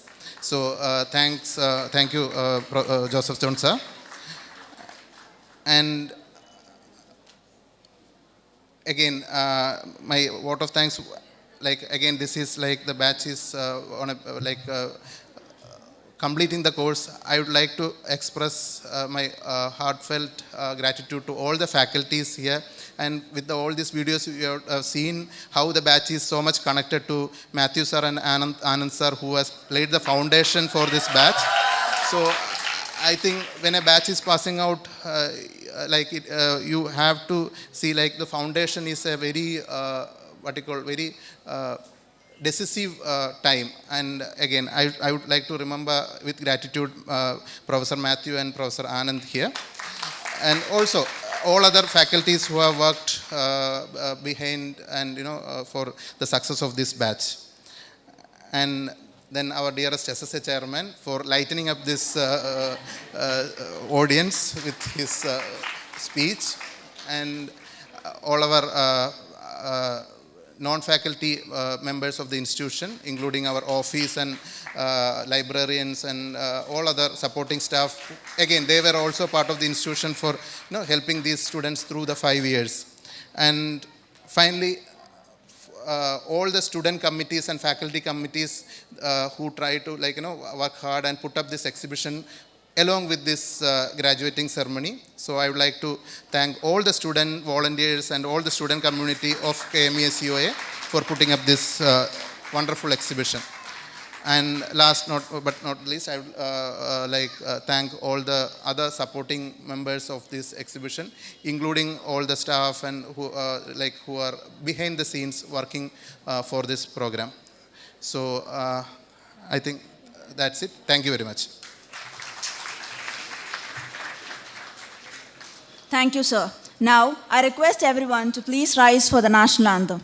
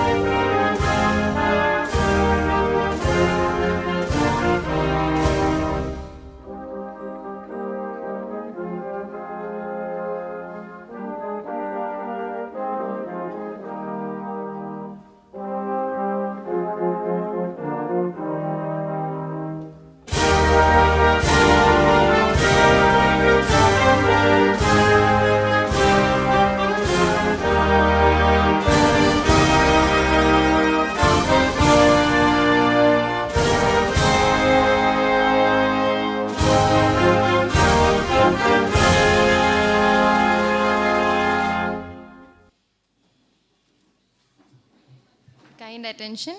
The vehicle owner of KL 35H9279. The vehicle owner KL 35H9279. I request you to please relocate the vehicle.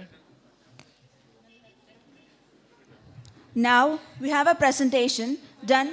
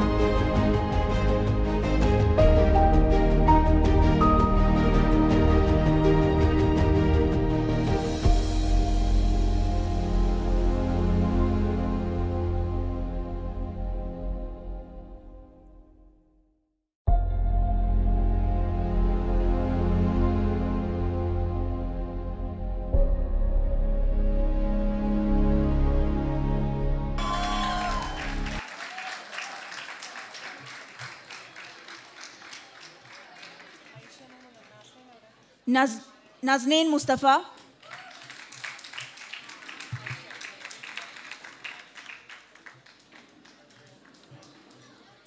Aisha Mohammad PM.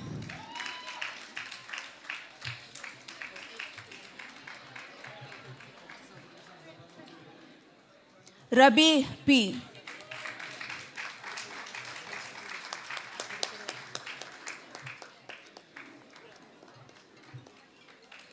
Aisha Bashir.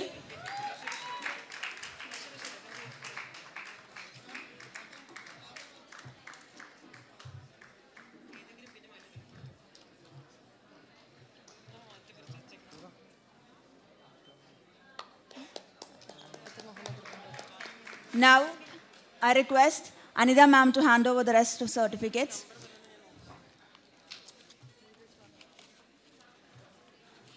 Abdul Rahouf,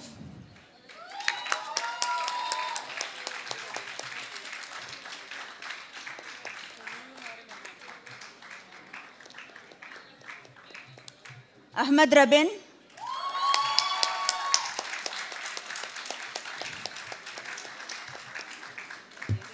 Raiza Zainul,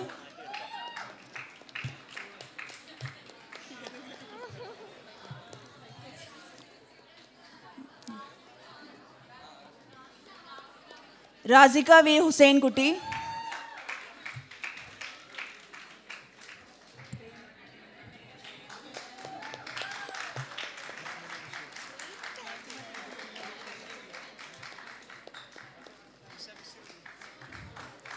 Bismina Bashir,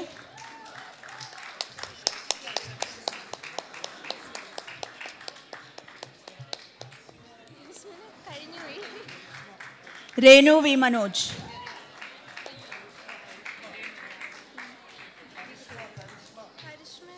Karishma Sara Kunjumon,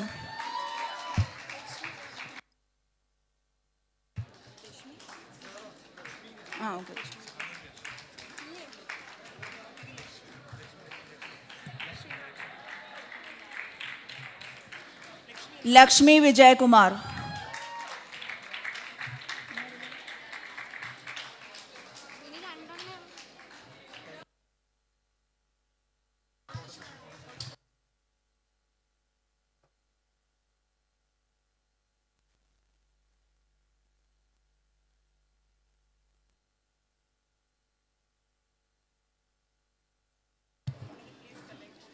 Thank you all and congratulations. The graduates are now requested to assemble on the stage for the photo session.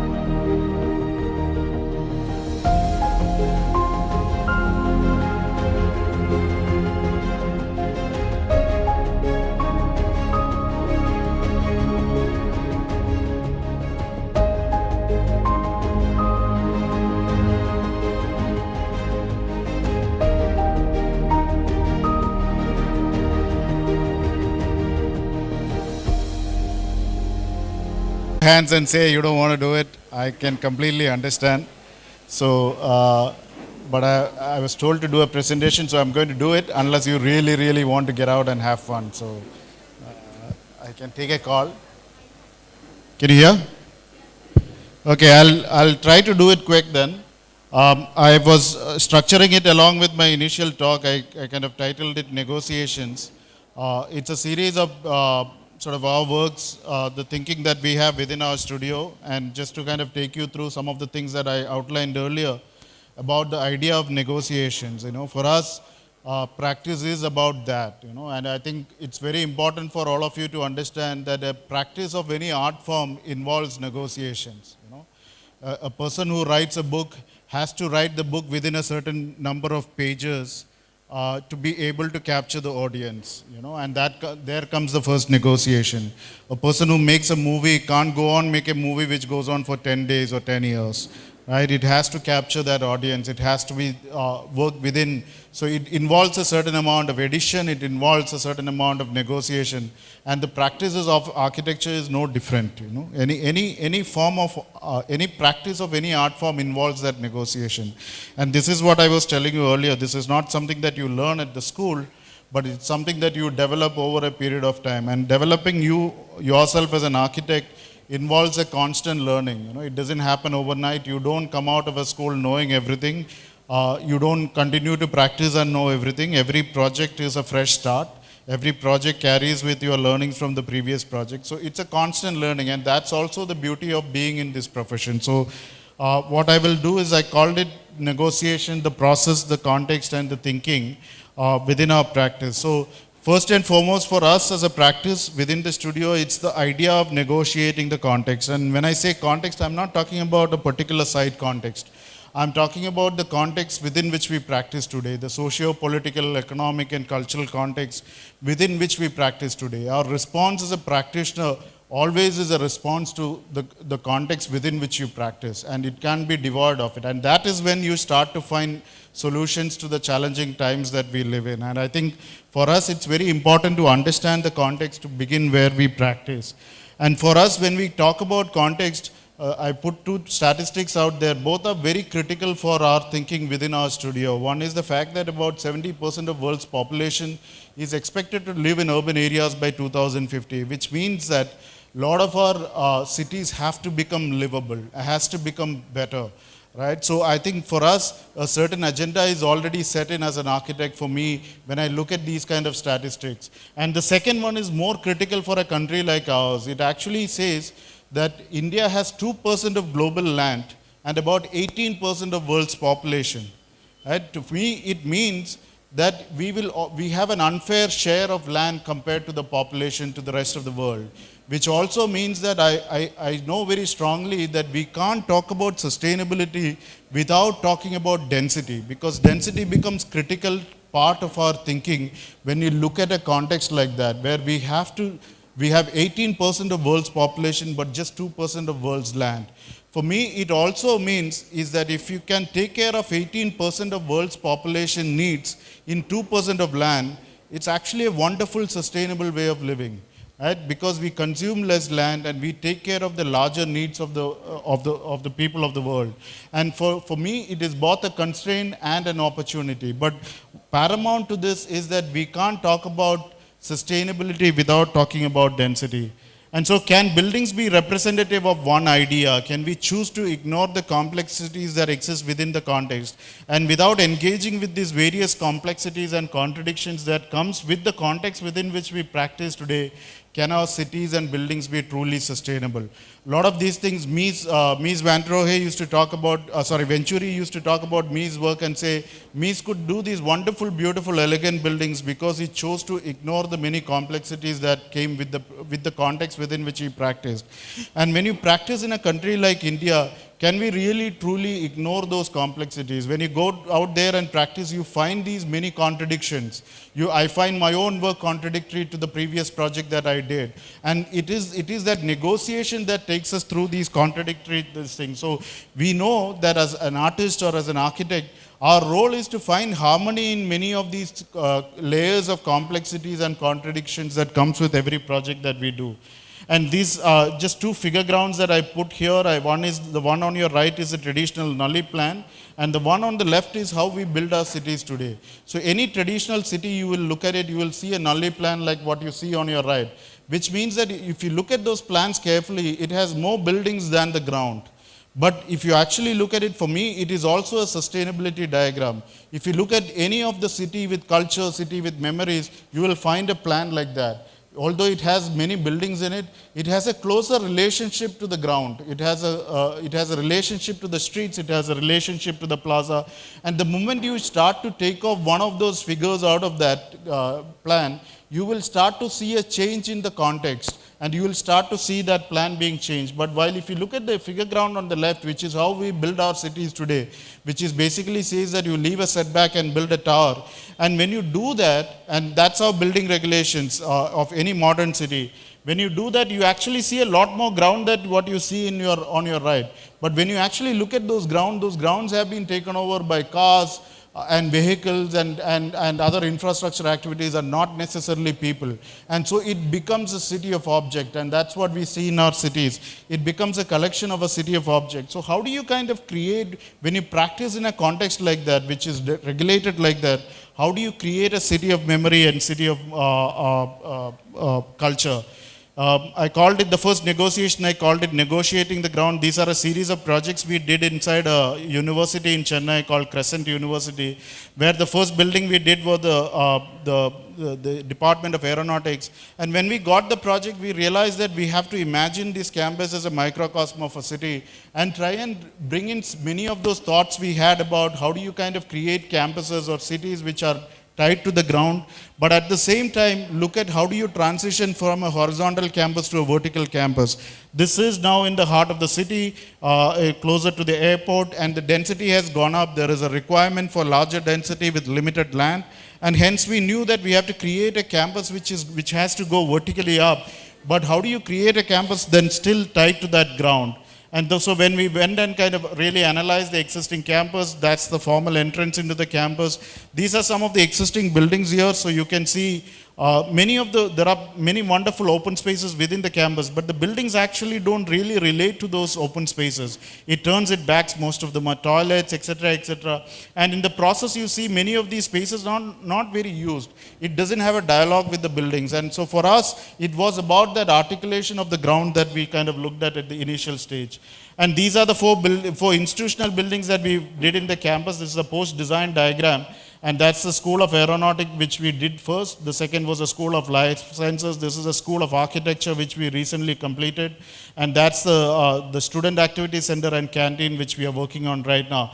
But you will see that it's an existing campus. So what we were trying to do is that with every project we did, we were stitching it back to the campus. The idea of looking at how do you kind of tie it to the ground and make that campus viable. In the process that when all these buildings are done, it becomes a vibrant, active, pedestrian-focused campus. And so this was the first building, which was the School of Aeronautics, which happened in one of the informal streets within the campus. There was a banyan tree at the end of that street. So we said, when we do the first building, let's make sure that we activate that entire street, and so that the building doesn't become an object, but it ties itself to the campus. And then the other thing we did is that it was also a fairly large building. It's about 180,000 square feet. So we broke down the scale of the building in a way that it becomes extremely comfortable for somebody who occupies that ground to be in that space. So when you come in that street, that's the banyan tree I talked about. One of the wings opened up to that to kind of negotiate that relationship. And then it kind of entered in a plaza outside the building, and then it weaved in through that building, and that's kind of how we articulated. And this is the section of the building where you see that negotiation. This is the ground, this is a street which kind of comes in, it creates a plaza, and it transitions itself into the courtyard inside, and then it kind of vibrates. So you are starting to create a collective realm or hierarchy of spaces which allows one to be within the building and still have a sense of place, but then it opens up and into the larger campus. It almost receives the campus into the building. And it is in that negotiation we try and make the building kind of relate to that ground and kind of articulate it. And then of course it was a vertical campus, so we kind of looked at creating these spaces at different levels. And that's how the building looks when it was complete. You can see that space. It becomes a place for gathering. It creates a platform for many other activities to happen. And more importantly, it creates a sense of place. And the entire ground is kind of articulated to allow people to congregate constantly. And it's lifted up, the choice of materials, the brick, the exposed concrete, etc., kind of allow people to be comfortable in the space that they occupy. And so the idea was to kind of negotiate that ground, and in that process, you stitch the building back to that campus, and not really a kind of a wall which kind of sits in that in the ground. And so, again, breaking down the scale of the building, so the brick mass is kind of scaled down so that when you are on the ground, you relate to that 2-story mass and not to the 8-story building. And so, it becomes a layers of many ideas which came together and allowed them to put together in a way that it kind of gets seamlessly integrated. And once it's completed, it gets occupied in different forms and shapes, and it becomes a series of informal spaces through which it becomes it's almost like a curated space, you know. And that's a staircase. It opens into a common space which is on the first floor. On the courtyard outside each of these classrooms, we kind of on the corridor, we created these small pause moments so that the corridors doesn't become a circulation space, but becomes a place of gathering. Again, this idea of sense of place, idea of creating an identity, idea of creating pause moments which eventually creates memories and cultures within that campus. And that's the courtyard within the first floor. One of the sort of that spaces opens up, it opened to sky, so when it rains, you start to get experience that rain, wind, all of them. So the idea of negotiating the density is also the idea of allowing the wind, creating something which is breathable, allowing it to kind of continue to vibrate that. This is Palasma, who says, buildings are not abstract, meaningless constructions or aesthetic compositions. They are extensions of our shelters, of our bodies, memories, identities, and minds.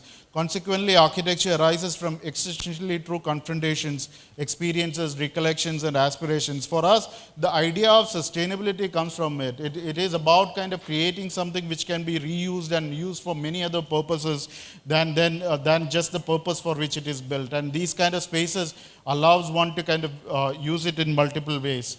This is another building within the same campus which is an extension to an existing 3-story building, and we were going to do an 8-story building, so we realized it's a smaller footprint, and hence we can't do the kind of spaces that we created in the School of Aeronautics. This is the School of Life Sciences. So what we did is that when we went up to the 3rd story of the roof of the existing building, we realized that there is a new ground existing in the roof form at the 3rd floor. And so all we had to do is to allow the building to respond to that and really take advantage of that space. So instead of sort of creating multiple spaces and multiple buildings, you allow the space and the building to have a dialogue. In the process, you build less, both space and the object. And that's what we kind of tried to do. We allowed the building to kind of respond to that rooftop. We plugged in a program which is more active, which can then activate that space on the 3rd floor. And the building form just started to respond that, and it kind of stitched itself back to that existing building. And one of the staircases, it's a smaller footprint, so what we have done is concentrated the core on one end so that the rest of the spaces are flexible enough. And one of the staircases, we took it outside, so it becomes again a congregation spaces. So we are looking at these little spaces that otherwise are needed functionally, but also can then double up to kind of become almost like an amphitheater in the space. And then when you go up, you open up to the forest which is next door, and it kind of captures that wonderful context. So you can see those circulation spaces also becomes the places for congregation, the way it is kind of organized. And at that scale, it kind of relate to that existing 3-story mass there, and the new ground is created at that 3rd floor. And that's what we struggle to do when we have so much less of land. We feel that ground is about relationships. It's not about the land. While the land may be fixed, one can create multiple grounds to kind of really create that place for gathering, place for memories, etc. And that's a section of the building, so you can see that's a western facade where that section is articulated very clearly. You can see that staggered to kind of respond to that existing 3-story mass there, and then this program kind of opens up to kind of activate that. And then these spaces outside kind of then becomes a places for gathering. This is the School of Architecture we've recently completed. It's again a very tight site within the campus, so you can see that. That's a site for the School of Architecture. It's very linear. It's right at the boundary, very close to the boundary wall. So it is, again, land became a very challenging proposition in this particular case. And we also, so every time we did this building, we were stitching back to the campus. And so we looked at relationships. So what we have done is we lifted the building up, allowed the campus to kind of come in into the building, so that the larger campus, so that the building, then the ground floor of the architecture school becomes places of exhibition, gathering, etc., etc. But we also knew that because it was a linear site, we can't really create these boxes without much relationship to the ground. How do you create an architecture campus which wants to be much more vibrant in an urban notion, in an urban condition, and still kind of create that relationship to that ground? So we started with an atrium. We realized it doesn't connect. So then what we did is that we almost kind of created a courtyard in a section. And for us, sectional articulation becomes critical when you work with this, or the articulation of this new figure-ground relationship.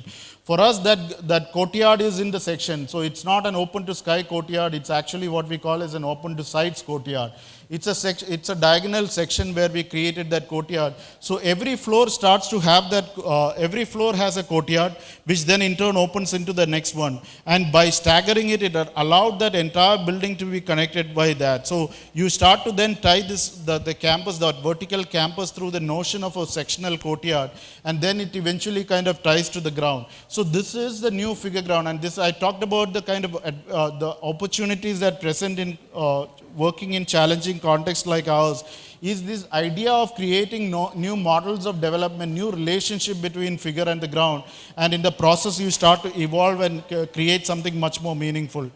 And so that's the campus. We allowed the campus to come into the site. The building is lifted up so that the ground floor then becomes places of exhibition. And then we've staggered the building up so that we kind of carved these spaces from the building.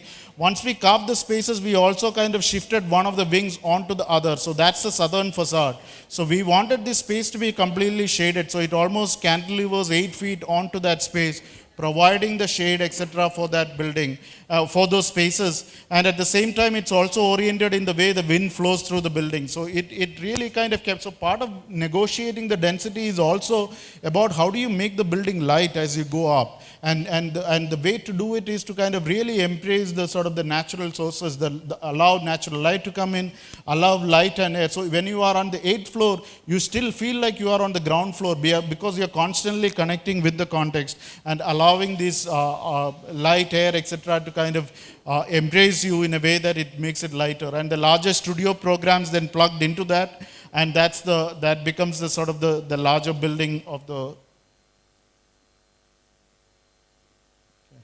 And these are the floor plans. That's the ground floor where it's largely left open for the rest of the campuses to interact. And as you go up in each floor, you kind of create these courtyards. And that's the studio spaces and the lecture halls. And this is the conceptual section where you can see that each of these floors then now start to make that relationship to the ground. So you are not disconnected as you build vertically. You are still tying to that ground. You are trying to modulate that figure ground relationship in a completely new way to create new models of development. And that then becomes a section. So this is how the building is when it's completed. So you can see that space kind of flowing up to that floor. So when you are on the 8th floor, you kind of connect the ground. The building is completely open at the ground. So it becomes a thoroughfare through that. So you're constantly then connecting to the context, you know. So you are in 7th, 8th floor, your relationship to the context is not lost, and you kind of make it light, and also to the larger campus. So you can see, and that's the courtyard of each of the floors. So these spaces then becomes the places for workshop, juries, etc., where the entire student community come together and become a place of celebration, and that's that kind of courtyard that I talked about. And you will see then it gets accommodated in different ways. This is the ground floor where, again, within that space, open space, you create multiple spaces for congregation, etc. And almost create this new urban void. So you really don't, so that's the entrance into the building. So it's an open campus. So you just walk through it and then explode into that section once you are inside that. And it becomes, and in the process, you create that relationship between the private, semi-public, and the larger public realm to create in totality what we call as a collective realm. You know? And that's the space from the outside. It becomes a place for students to gather. That's a courtyard at the ground. and that's how you see it from the larger highway. I think there's some repetitions. This is the canteen we are doing. Again, there's some error. You can see the articulation of the section where the outside kind of comes into the.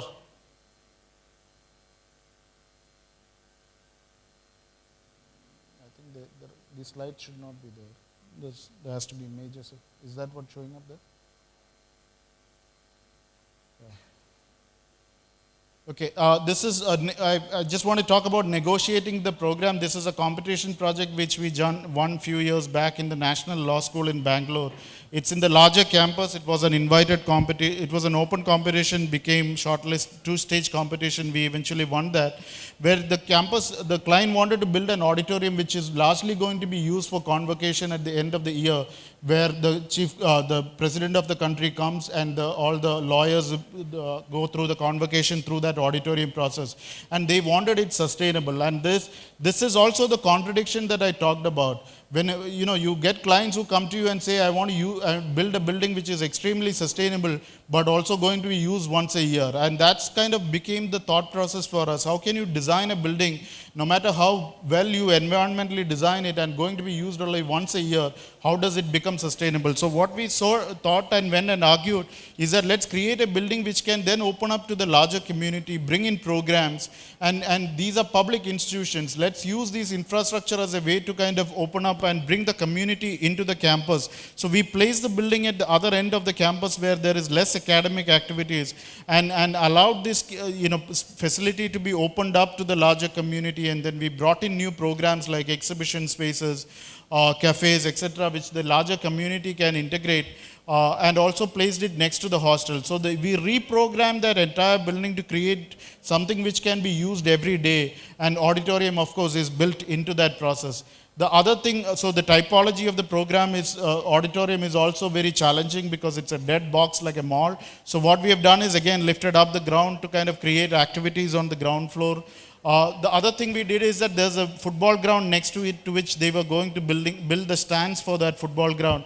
We said this is a massive building, and let's articulate the section of the building in a way that the roof actually becomes the stands for the football ground. And that's kind of how it evolved. So you look at each of these, reprogram these elements in a way that you create something which can be used constantly, and in the process you build less. And for us, sustainability emerges from that. So we created these new informal stands for the football ground, which is the roof of the existing, the proposed auditorium, and thereby using that massive structure and looking at every element to kind of use that. And that's how it was conceptually framed. That's the football ground. The ground floor becomes more active spaces like badminton courts, exhibition spaces, etc. And the section of the building becomes the stands for the football ground. And every program is designed in a way that it can be reused and multi-used. And so on the other end of the campus, it kind of emerges out onto the community, becomes the building which then becomes a sort of a defining moment for that intersection. While on the campus side, it's kind of allowing the ground to kind of emerge into become the building itself. So design is a negotiation between one's private world and one's conceptual world, the world of ideas, the world of aspirations, of inventions, with the relationship to the material world. As an architect, you have to negotiate between the left and the right. You have to negotiate between the private place where ideas take place and the outside world and make it understood.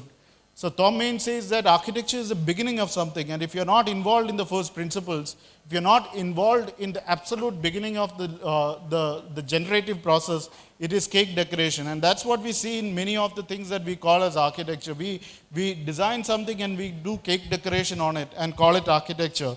And so it's important to be part of that beginning process. And you need to understand that what you do is only a beginning of what it needs to later get occupied and get reappropriated in the way we look at it. This is Korea, who says, with urbanization, architects have a larger role to play in conceptualizing the new growth options. There is much more to housing than building houses. The room is only one element in the whole system of spaces which a family needs in order to live in a city. I'm just going to talk about 2-3 housing projects. And housing became a critical part of our studio because we've realized that we can't be practicing in India and not deal with housing. And in today's world, housing is one of the challenging typologies that you can face because of the economic pressures that it comes in. And when we started to engage with it, we often wondered what are the challenges that a housing typology faces, and can we really resolve just the two bedrooms and 3 bedrooms and call it a housing project. And so when it was clear to us that if we do a housing project, it needs to have spaces for congregation, spaces that inculcate values, and spaces for celebration, sense of belonging, identity, and vibrancy. And for us, every project then becomes a place to kind of bring these together. So this is a project that we are nearly completing in Trivandrum. I have 2 projects here which we are finishing in Trivandrum. One is called the Rainforest. It's called Negotiating Density. Kerala has one of the largest FSIs in the country, which for no reason I don't know, but it has almost 4.5 FSI. And when you start to kind of build that kind of density in a land, you know that you are going to kind of compromise on the quality of the life. And this site is no different. So this is a site in the Vallayam, very close to Vellambalam, very close to the Raj Bhavan. What you see in the green is the Raj Bhavan. And that's our site. It's a 1-acre parcel. But all around the site was also 10-story, 12-story buildings. And we knew that the existing site is a void around it. So all of these are 10-story, 12-story buildings all around. And we knew that if we are going to build the traditional way from ground up, it is going to create another concrete jungle there. So how do you kind of negotiate this density in a way that you can continue to create these other spaces that allows people to build? And that's when we started the initial study, we realized this is what we'll end up with. We also knew that we could go much taller than what we have in the all around us. So what we have done is we started reversing the organizing the density. We said, let's start to maximize from the top. Let's start to organize density from the top. So we started from the 22, 23 stories. And we realized by the time we reached the 3rd or the 4th floor, we got all the density that is required to be built in that site. So that's exactly what we did. So we kind of allowed that entire site to become a park. We started these units only at the 3rd and the 4th floor. So that entire park becomes a garden. And all the parking is hidden below grade, and the site is already 10 meters below road level. So we tucked in all the parking there and allowed this entire building to be lifted up. And what we call as, so that's the section of the building. So we've also designed each units in a way that they kind of stagger down. So this entire site then becomes a park for the community. And when you enter the development, you just see the park and and other amenities, which kind of becomes a community space. And that ground then gets repeated at different levels to create multiple levels. And each of these units are also designed in a way that they are fragmented, so that the bottom floors then created a new context, which is your traditional void that already existed. So the bottom units opened up to the new park that we created. The top units opened up to the larger context beyond the existing buildings. And thereby we created this new context, or kind of reconfigured that relationship between the figure and the ground, where the ground is actually within the figure and the figure is sit on top. And we created something which we call as these community verandas. And I think it's important to understand the relationship or the difference between a house and a housing.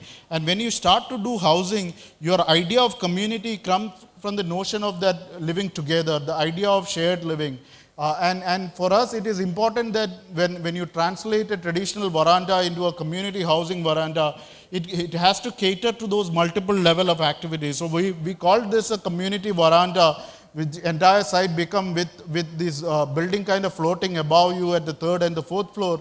And in the process, you created something where you can sit and start to completely enjoy the rains and the wind, etc., which flows through. You can be in that space and really kind of embrace all those kind of activities.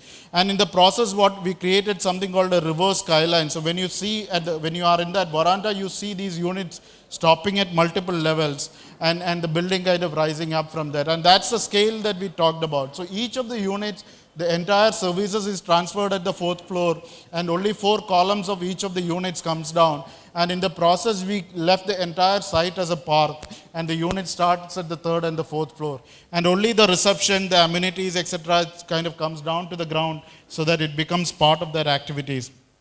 And that's all the parking is hidden below grade. So it not only created a void for this particular building, you also kind of created a sort of a view of the park for the neighbors. And you created this new urban void where the sort of the figure sits on top of the ground. So And that's the scale. That's my partner Kishore, who is about 6.5 feet tall. So you can see the scale of the space. And this will, it's right now in construction. It's almost nearing it. The last floor slab is being cast. But you can see that scale of that space. That entire thing is kind of left open and becomes a community park in that. This is so, and the upper floor corridors then overlook into that park and kind of relate to that space, So. And negotiating the city, this is another project that we are doing in Trivandrum, which is almost complete now. This is right at the Vallayambalam junction. So when we got the project, we knew that this is the first building where the height is allowed. All around almost 180 degrees, there is a height limitation of about 3 stories. And this is the first site where the height is allowed. And beyond this, all the buildings you see start to kind of become taller. So how do you negotiate a taller building and its relationship to the city is something that we kind of looked at and investigated at the beginning. So we knew that when we build a traditional building, this is the relationship it start to create. We knew having a tall building there will really anchor that junction urbanistically. It creates a marker right at that junction because at an urban design level, it becomes that defining space or that relationship becomes strengthened. But at the pedestrian level, how do you make that relationship to that 3-story, 4-story experiences where you have the 3-story buildings, then there is a swath of green space, and then another 3-story building which comes in. And that's the relationship which we kind of struggle with at the beginning of the process. How do you make both these relationships work? On one, you kind of make that negotiation with the city, and on the other, when you walk on the pedestrian level, how do you kind of relate to that 1st-story, 2-story mass? And so when we analyzed the context, we realized each of these buildings are those 3-story buildings with green spaces in between. And so what we studied that horizontal structure of the city, and what we have done is to kind of vertically flip that horizontal structure of the city into a vertical kind of configuration. And so what you see here is that that's the kind of conceptual section of the new building where we plugged in a retail activity right at the ground level which came down close to the street, so that when you walk on the street, you are relating to that 1-story active street front. So your continuity at a street front at an urban level kind of continues to down. And the rest of the mass is kind of set back in. So when you are at the street level, you don't really relate to that tall mass unless you kind of look up. You're constantly kind of engaging with that 2-story, 3-story mass. And the rest of the building starts to float about to kind of create a skyline, which then strengthened that idea of a larger nodal relationship to the junction of Vallayambalam. And that's kind of how we kind of translated that building. And then what we have done is that after every 3 or 4 stories, we created these green spaces, becomes a community spaces for people to come together. The same way that horizontal structure of the city is fragmented, we kind of brought in that same relationship into a vertical translation. And that's kind of the conceptual section of the building. This is how the building was conceptualized. And it becomes an extremely light building. When you walk on that ground, you kind of see them floating down. The ground floor has a retail activities which plugs to the retail this thing. And at a larger level, city level, it creates that relationship at a high skyline level, which then strengthens that junction urbanistically. And again, the building is almost done now. This is during the construction. You can see how these clusters, so these horizontal clusters that you see across the context is being translated vertically up. And you can see how light it is when you are on the street level. You're constantly relating to that, and the rest of the mass is set back in, and then it hovers back on you after a certain point of view. So when you walk on the street, you continues to kind of relate to a human scale and ties it together. And that's the louvers are being built in right now. It's almost nearing completion. And I'll end with this project which we are just completing in Bangalore. It's also a housing project. This is another negotiation. So through these projects, what I'm trying to show you is that there are many types of negotiation one needs to engage with when you kind of come and work in an urban context, or any context for that matter. So this is a site, when we went into the site, this is in just off of Indiranagar in Bangalore, and very close to the Bayappanalli metro station. That's the site. So you can see when we went into the site, we saw these wonderful 150-year-old trees, How do you negotiate density when you start to kind of encounter this a site like this? And it had these beautiful rain trees and banyan trees within the site. And you also know that you have to build 2.5 FSI for the housing needs of the developer and eventually being sold to the many of the people. So how do you negotiate these kind of challenging sites, and how do you? So it becomes quite an interesting proposition. You almost dream like you want to create these houses which floats around the tree. Till you start to analyze and realize that you can't do that because the density requires you to build a lot more. And so what we have done is we really kind of plotted the building and started carving the building around these trees. And we said, let's look at it in a way that you start to kind of really craft or sculpt these buildings around these trees in a way that you preserve, not only preserve these trees. I mean, for us, the idea of preservation don't come from the fact that you're just maintaining it. For us, the idea of preservation is also how do you engage these elements, these trees, these other activities into the future activities of the people who occupy that space. For us, a sustainability of a preserved building or a preserved tree comes from the fact that it continues to remain as part of our day-to-day life. And so for our effort was not just to preserve the trees, but also make them integrate and become part of our day-to-day life. And so that's kind of how we kind of articulated that. Of course, it was quite challenging because you had to really map all the trees, look at the footing, the basement had to stay away from it, quite a complex project. But we kind of really kind of went ahead and looked at that. And in the process, what it did is that we created each floor had 4 units. Each of the units start to make this relationship to each of the tree clusters. So for us, it was also about breaking down that scale of the building from that higher level to each of those unit levels. And in that process, you start to connect. If you live there, you start to connect with those tree clusters in an individual way. And that's kind of, and then you kind of take it up. The rooftop become again a community space. You start to multiply that community space, the ground, the land into multiple grounds. And so that's the ground floor. So you can see again, it's a double height volume. You only have amenities at the ground floor. So, and they are also spreaded around the trees so that the trees become part of that experience. So when you come in, there's a larger tree court here. You walk in, that's the banyan tree. This is the rain tree. So you can see a series of activities have been planned around it. Then there's some games area, there's some reading lounge, all of them. So the entire ground then becomes a series of activities organized around those trees. And that's how the reading lounge is. It opens into the banyan court. And then each of the units above then start to kind of, and the units are completely cross-ventilated so that there is no corridors which are cutting across. So we created 2 cores to kind of allow that and kind of integrate each of the unit to kind of relate to that tree clusters. And that's the rooftop with the swimming pool and other amphitheaters and other community activities. There are movie projection areas, etc. And then the elevation just becomes a sort of the building just becomes a sort of a sculpted version of around those trees. And it's a very simple rectilinear building around which these trees are then clustered around.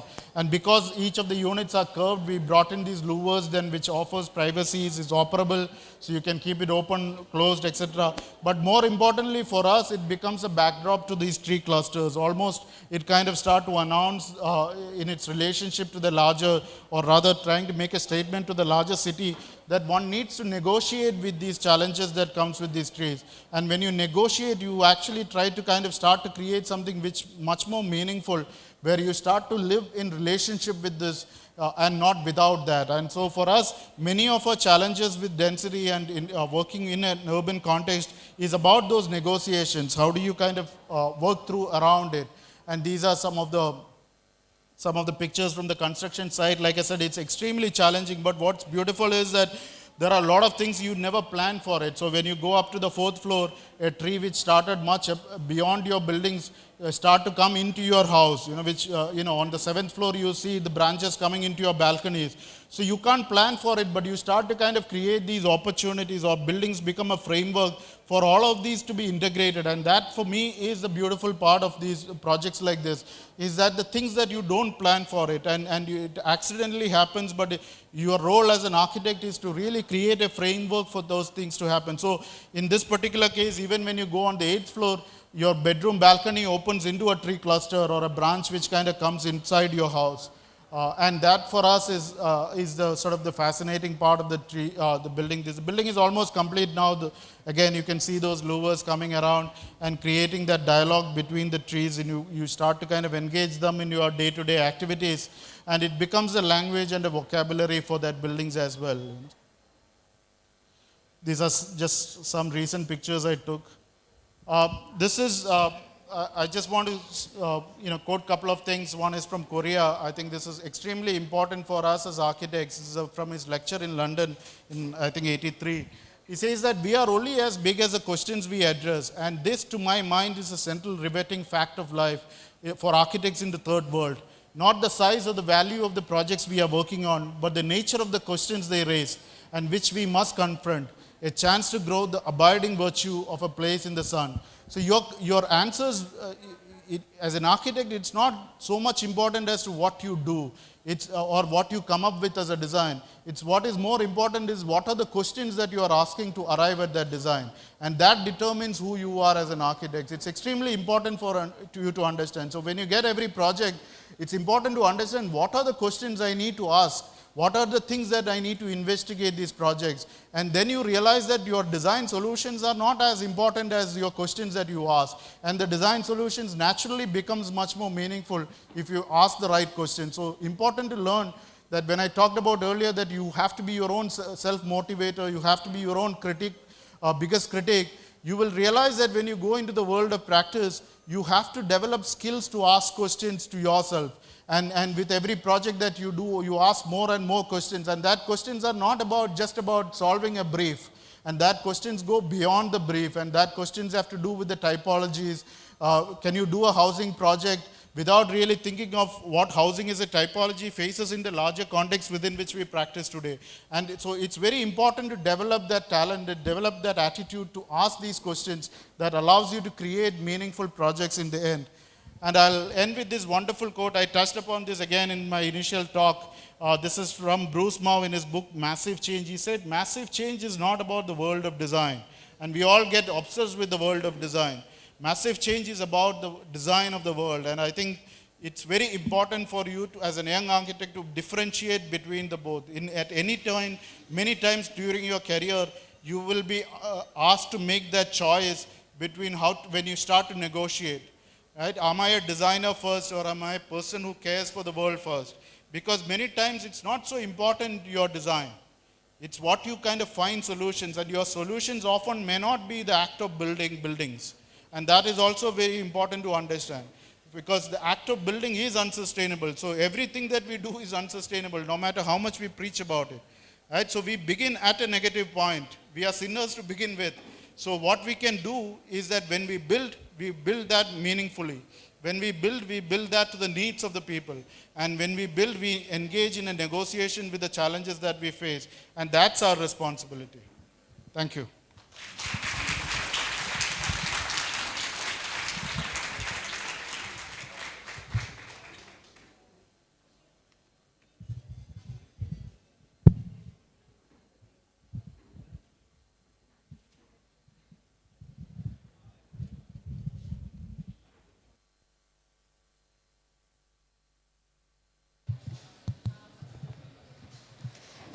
Thank you, sir, for sharing your work and design process. It was truly inspirational how you handled design determinants. Thank you so much.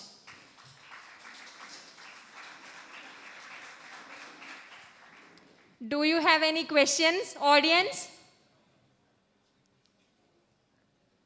If not, thus we are coming to the end of this session. We request all of you to move to the ground floor for the lunch. Thank you.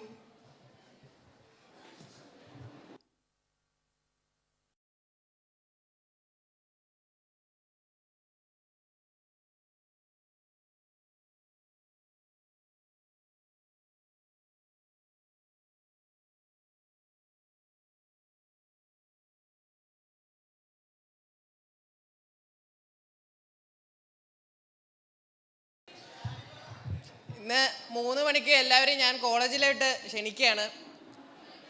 എല്ലാവരും വരണം. നമ്മളൊരു informal section പോലെ ചെറിയ പരിപാടിയാണ്. എല്ലാവരും വന്നൊന്ന് ഉഷാറാക്കണം എന്ന് പറയാൻ വേണ്ടിയിട്ടാണ് നിൽക്കുന്നത്.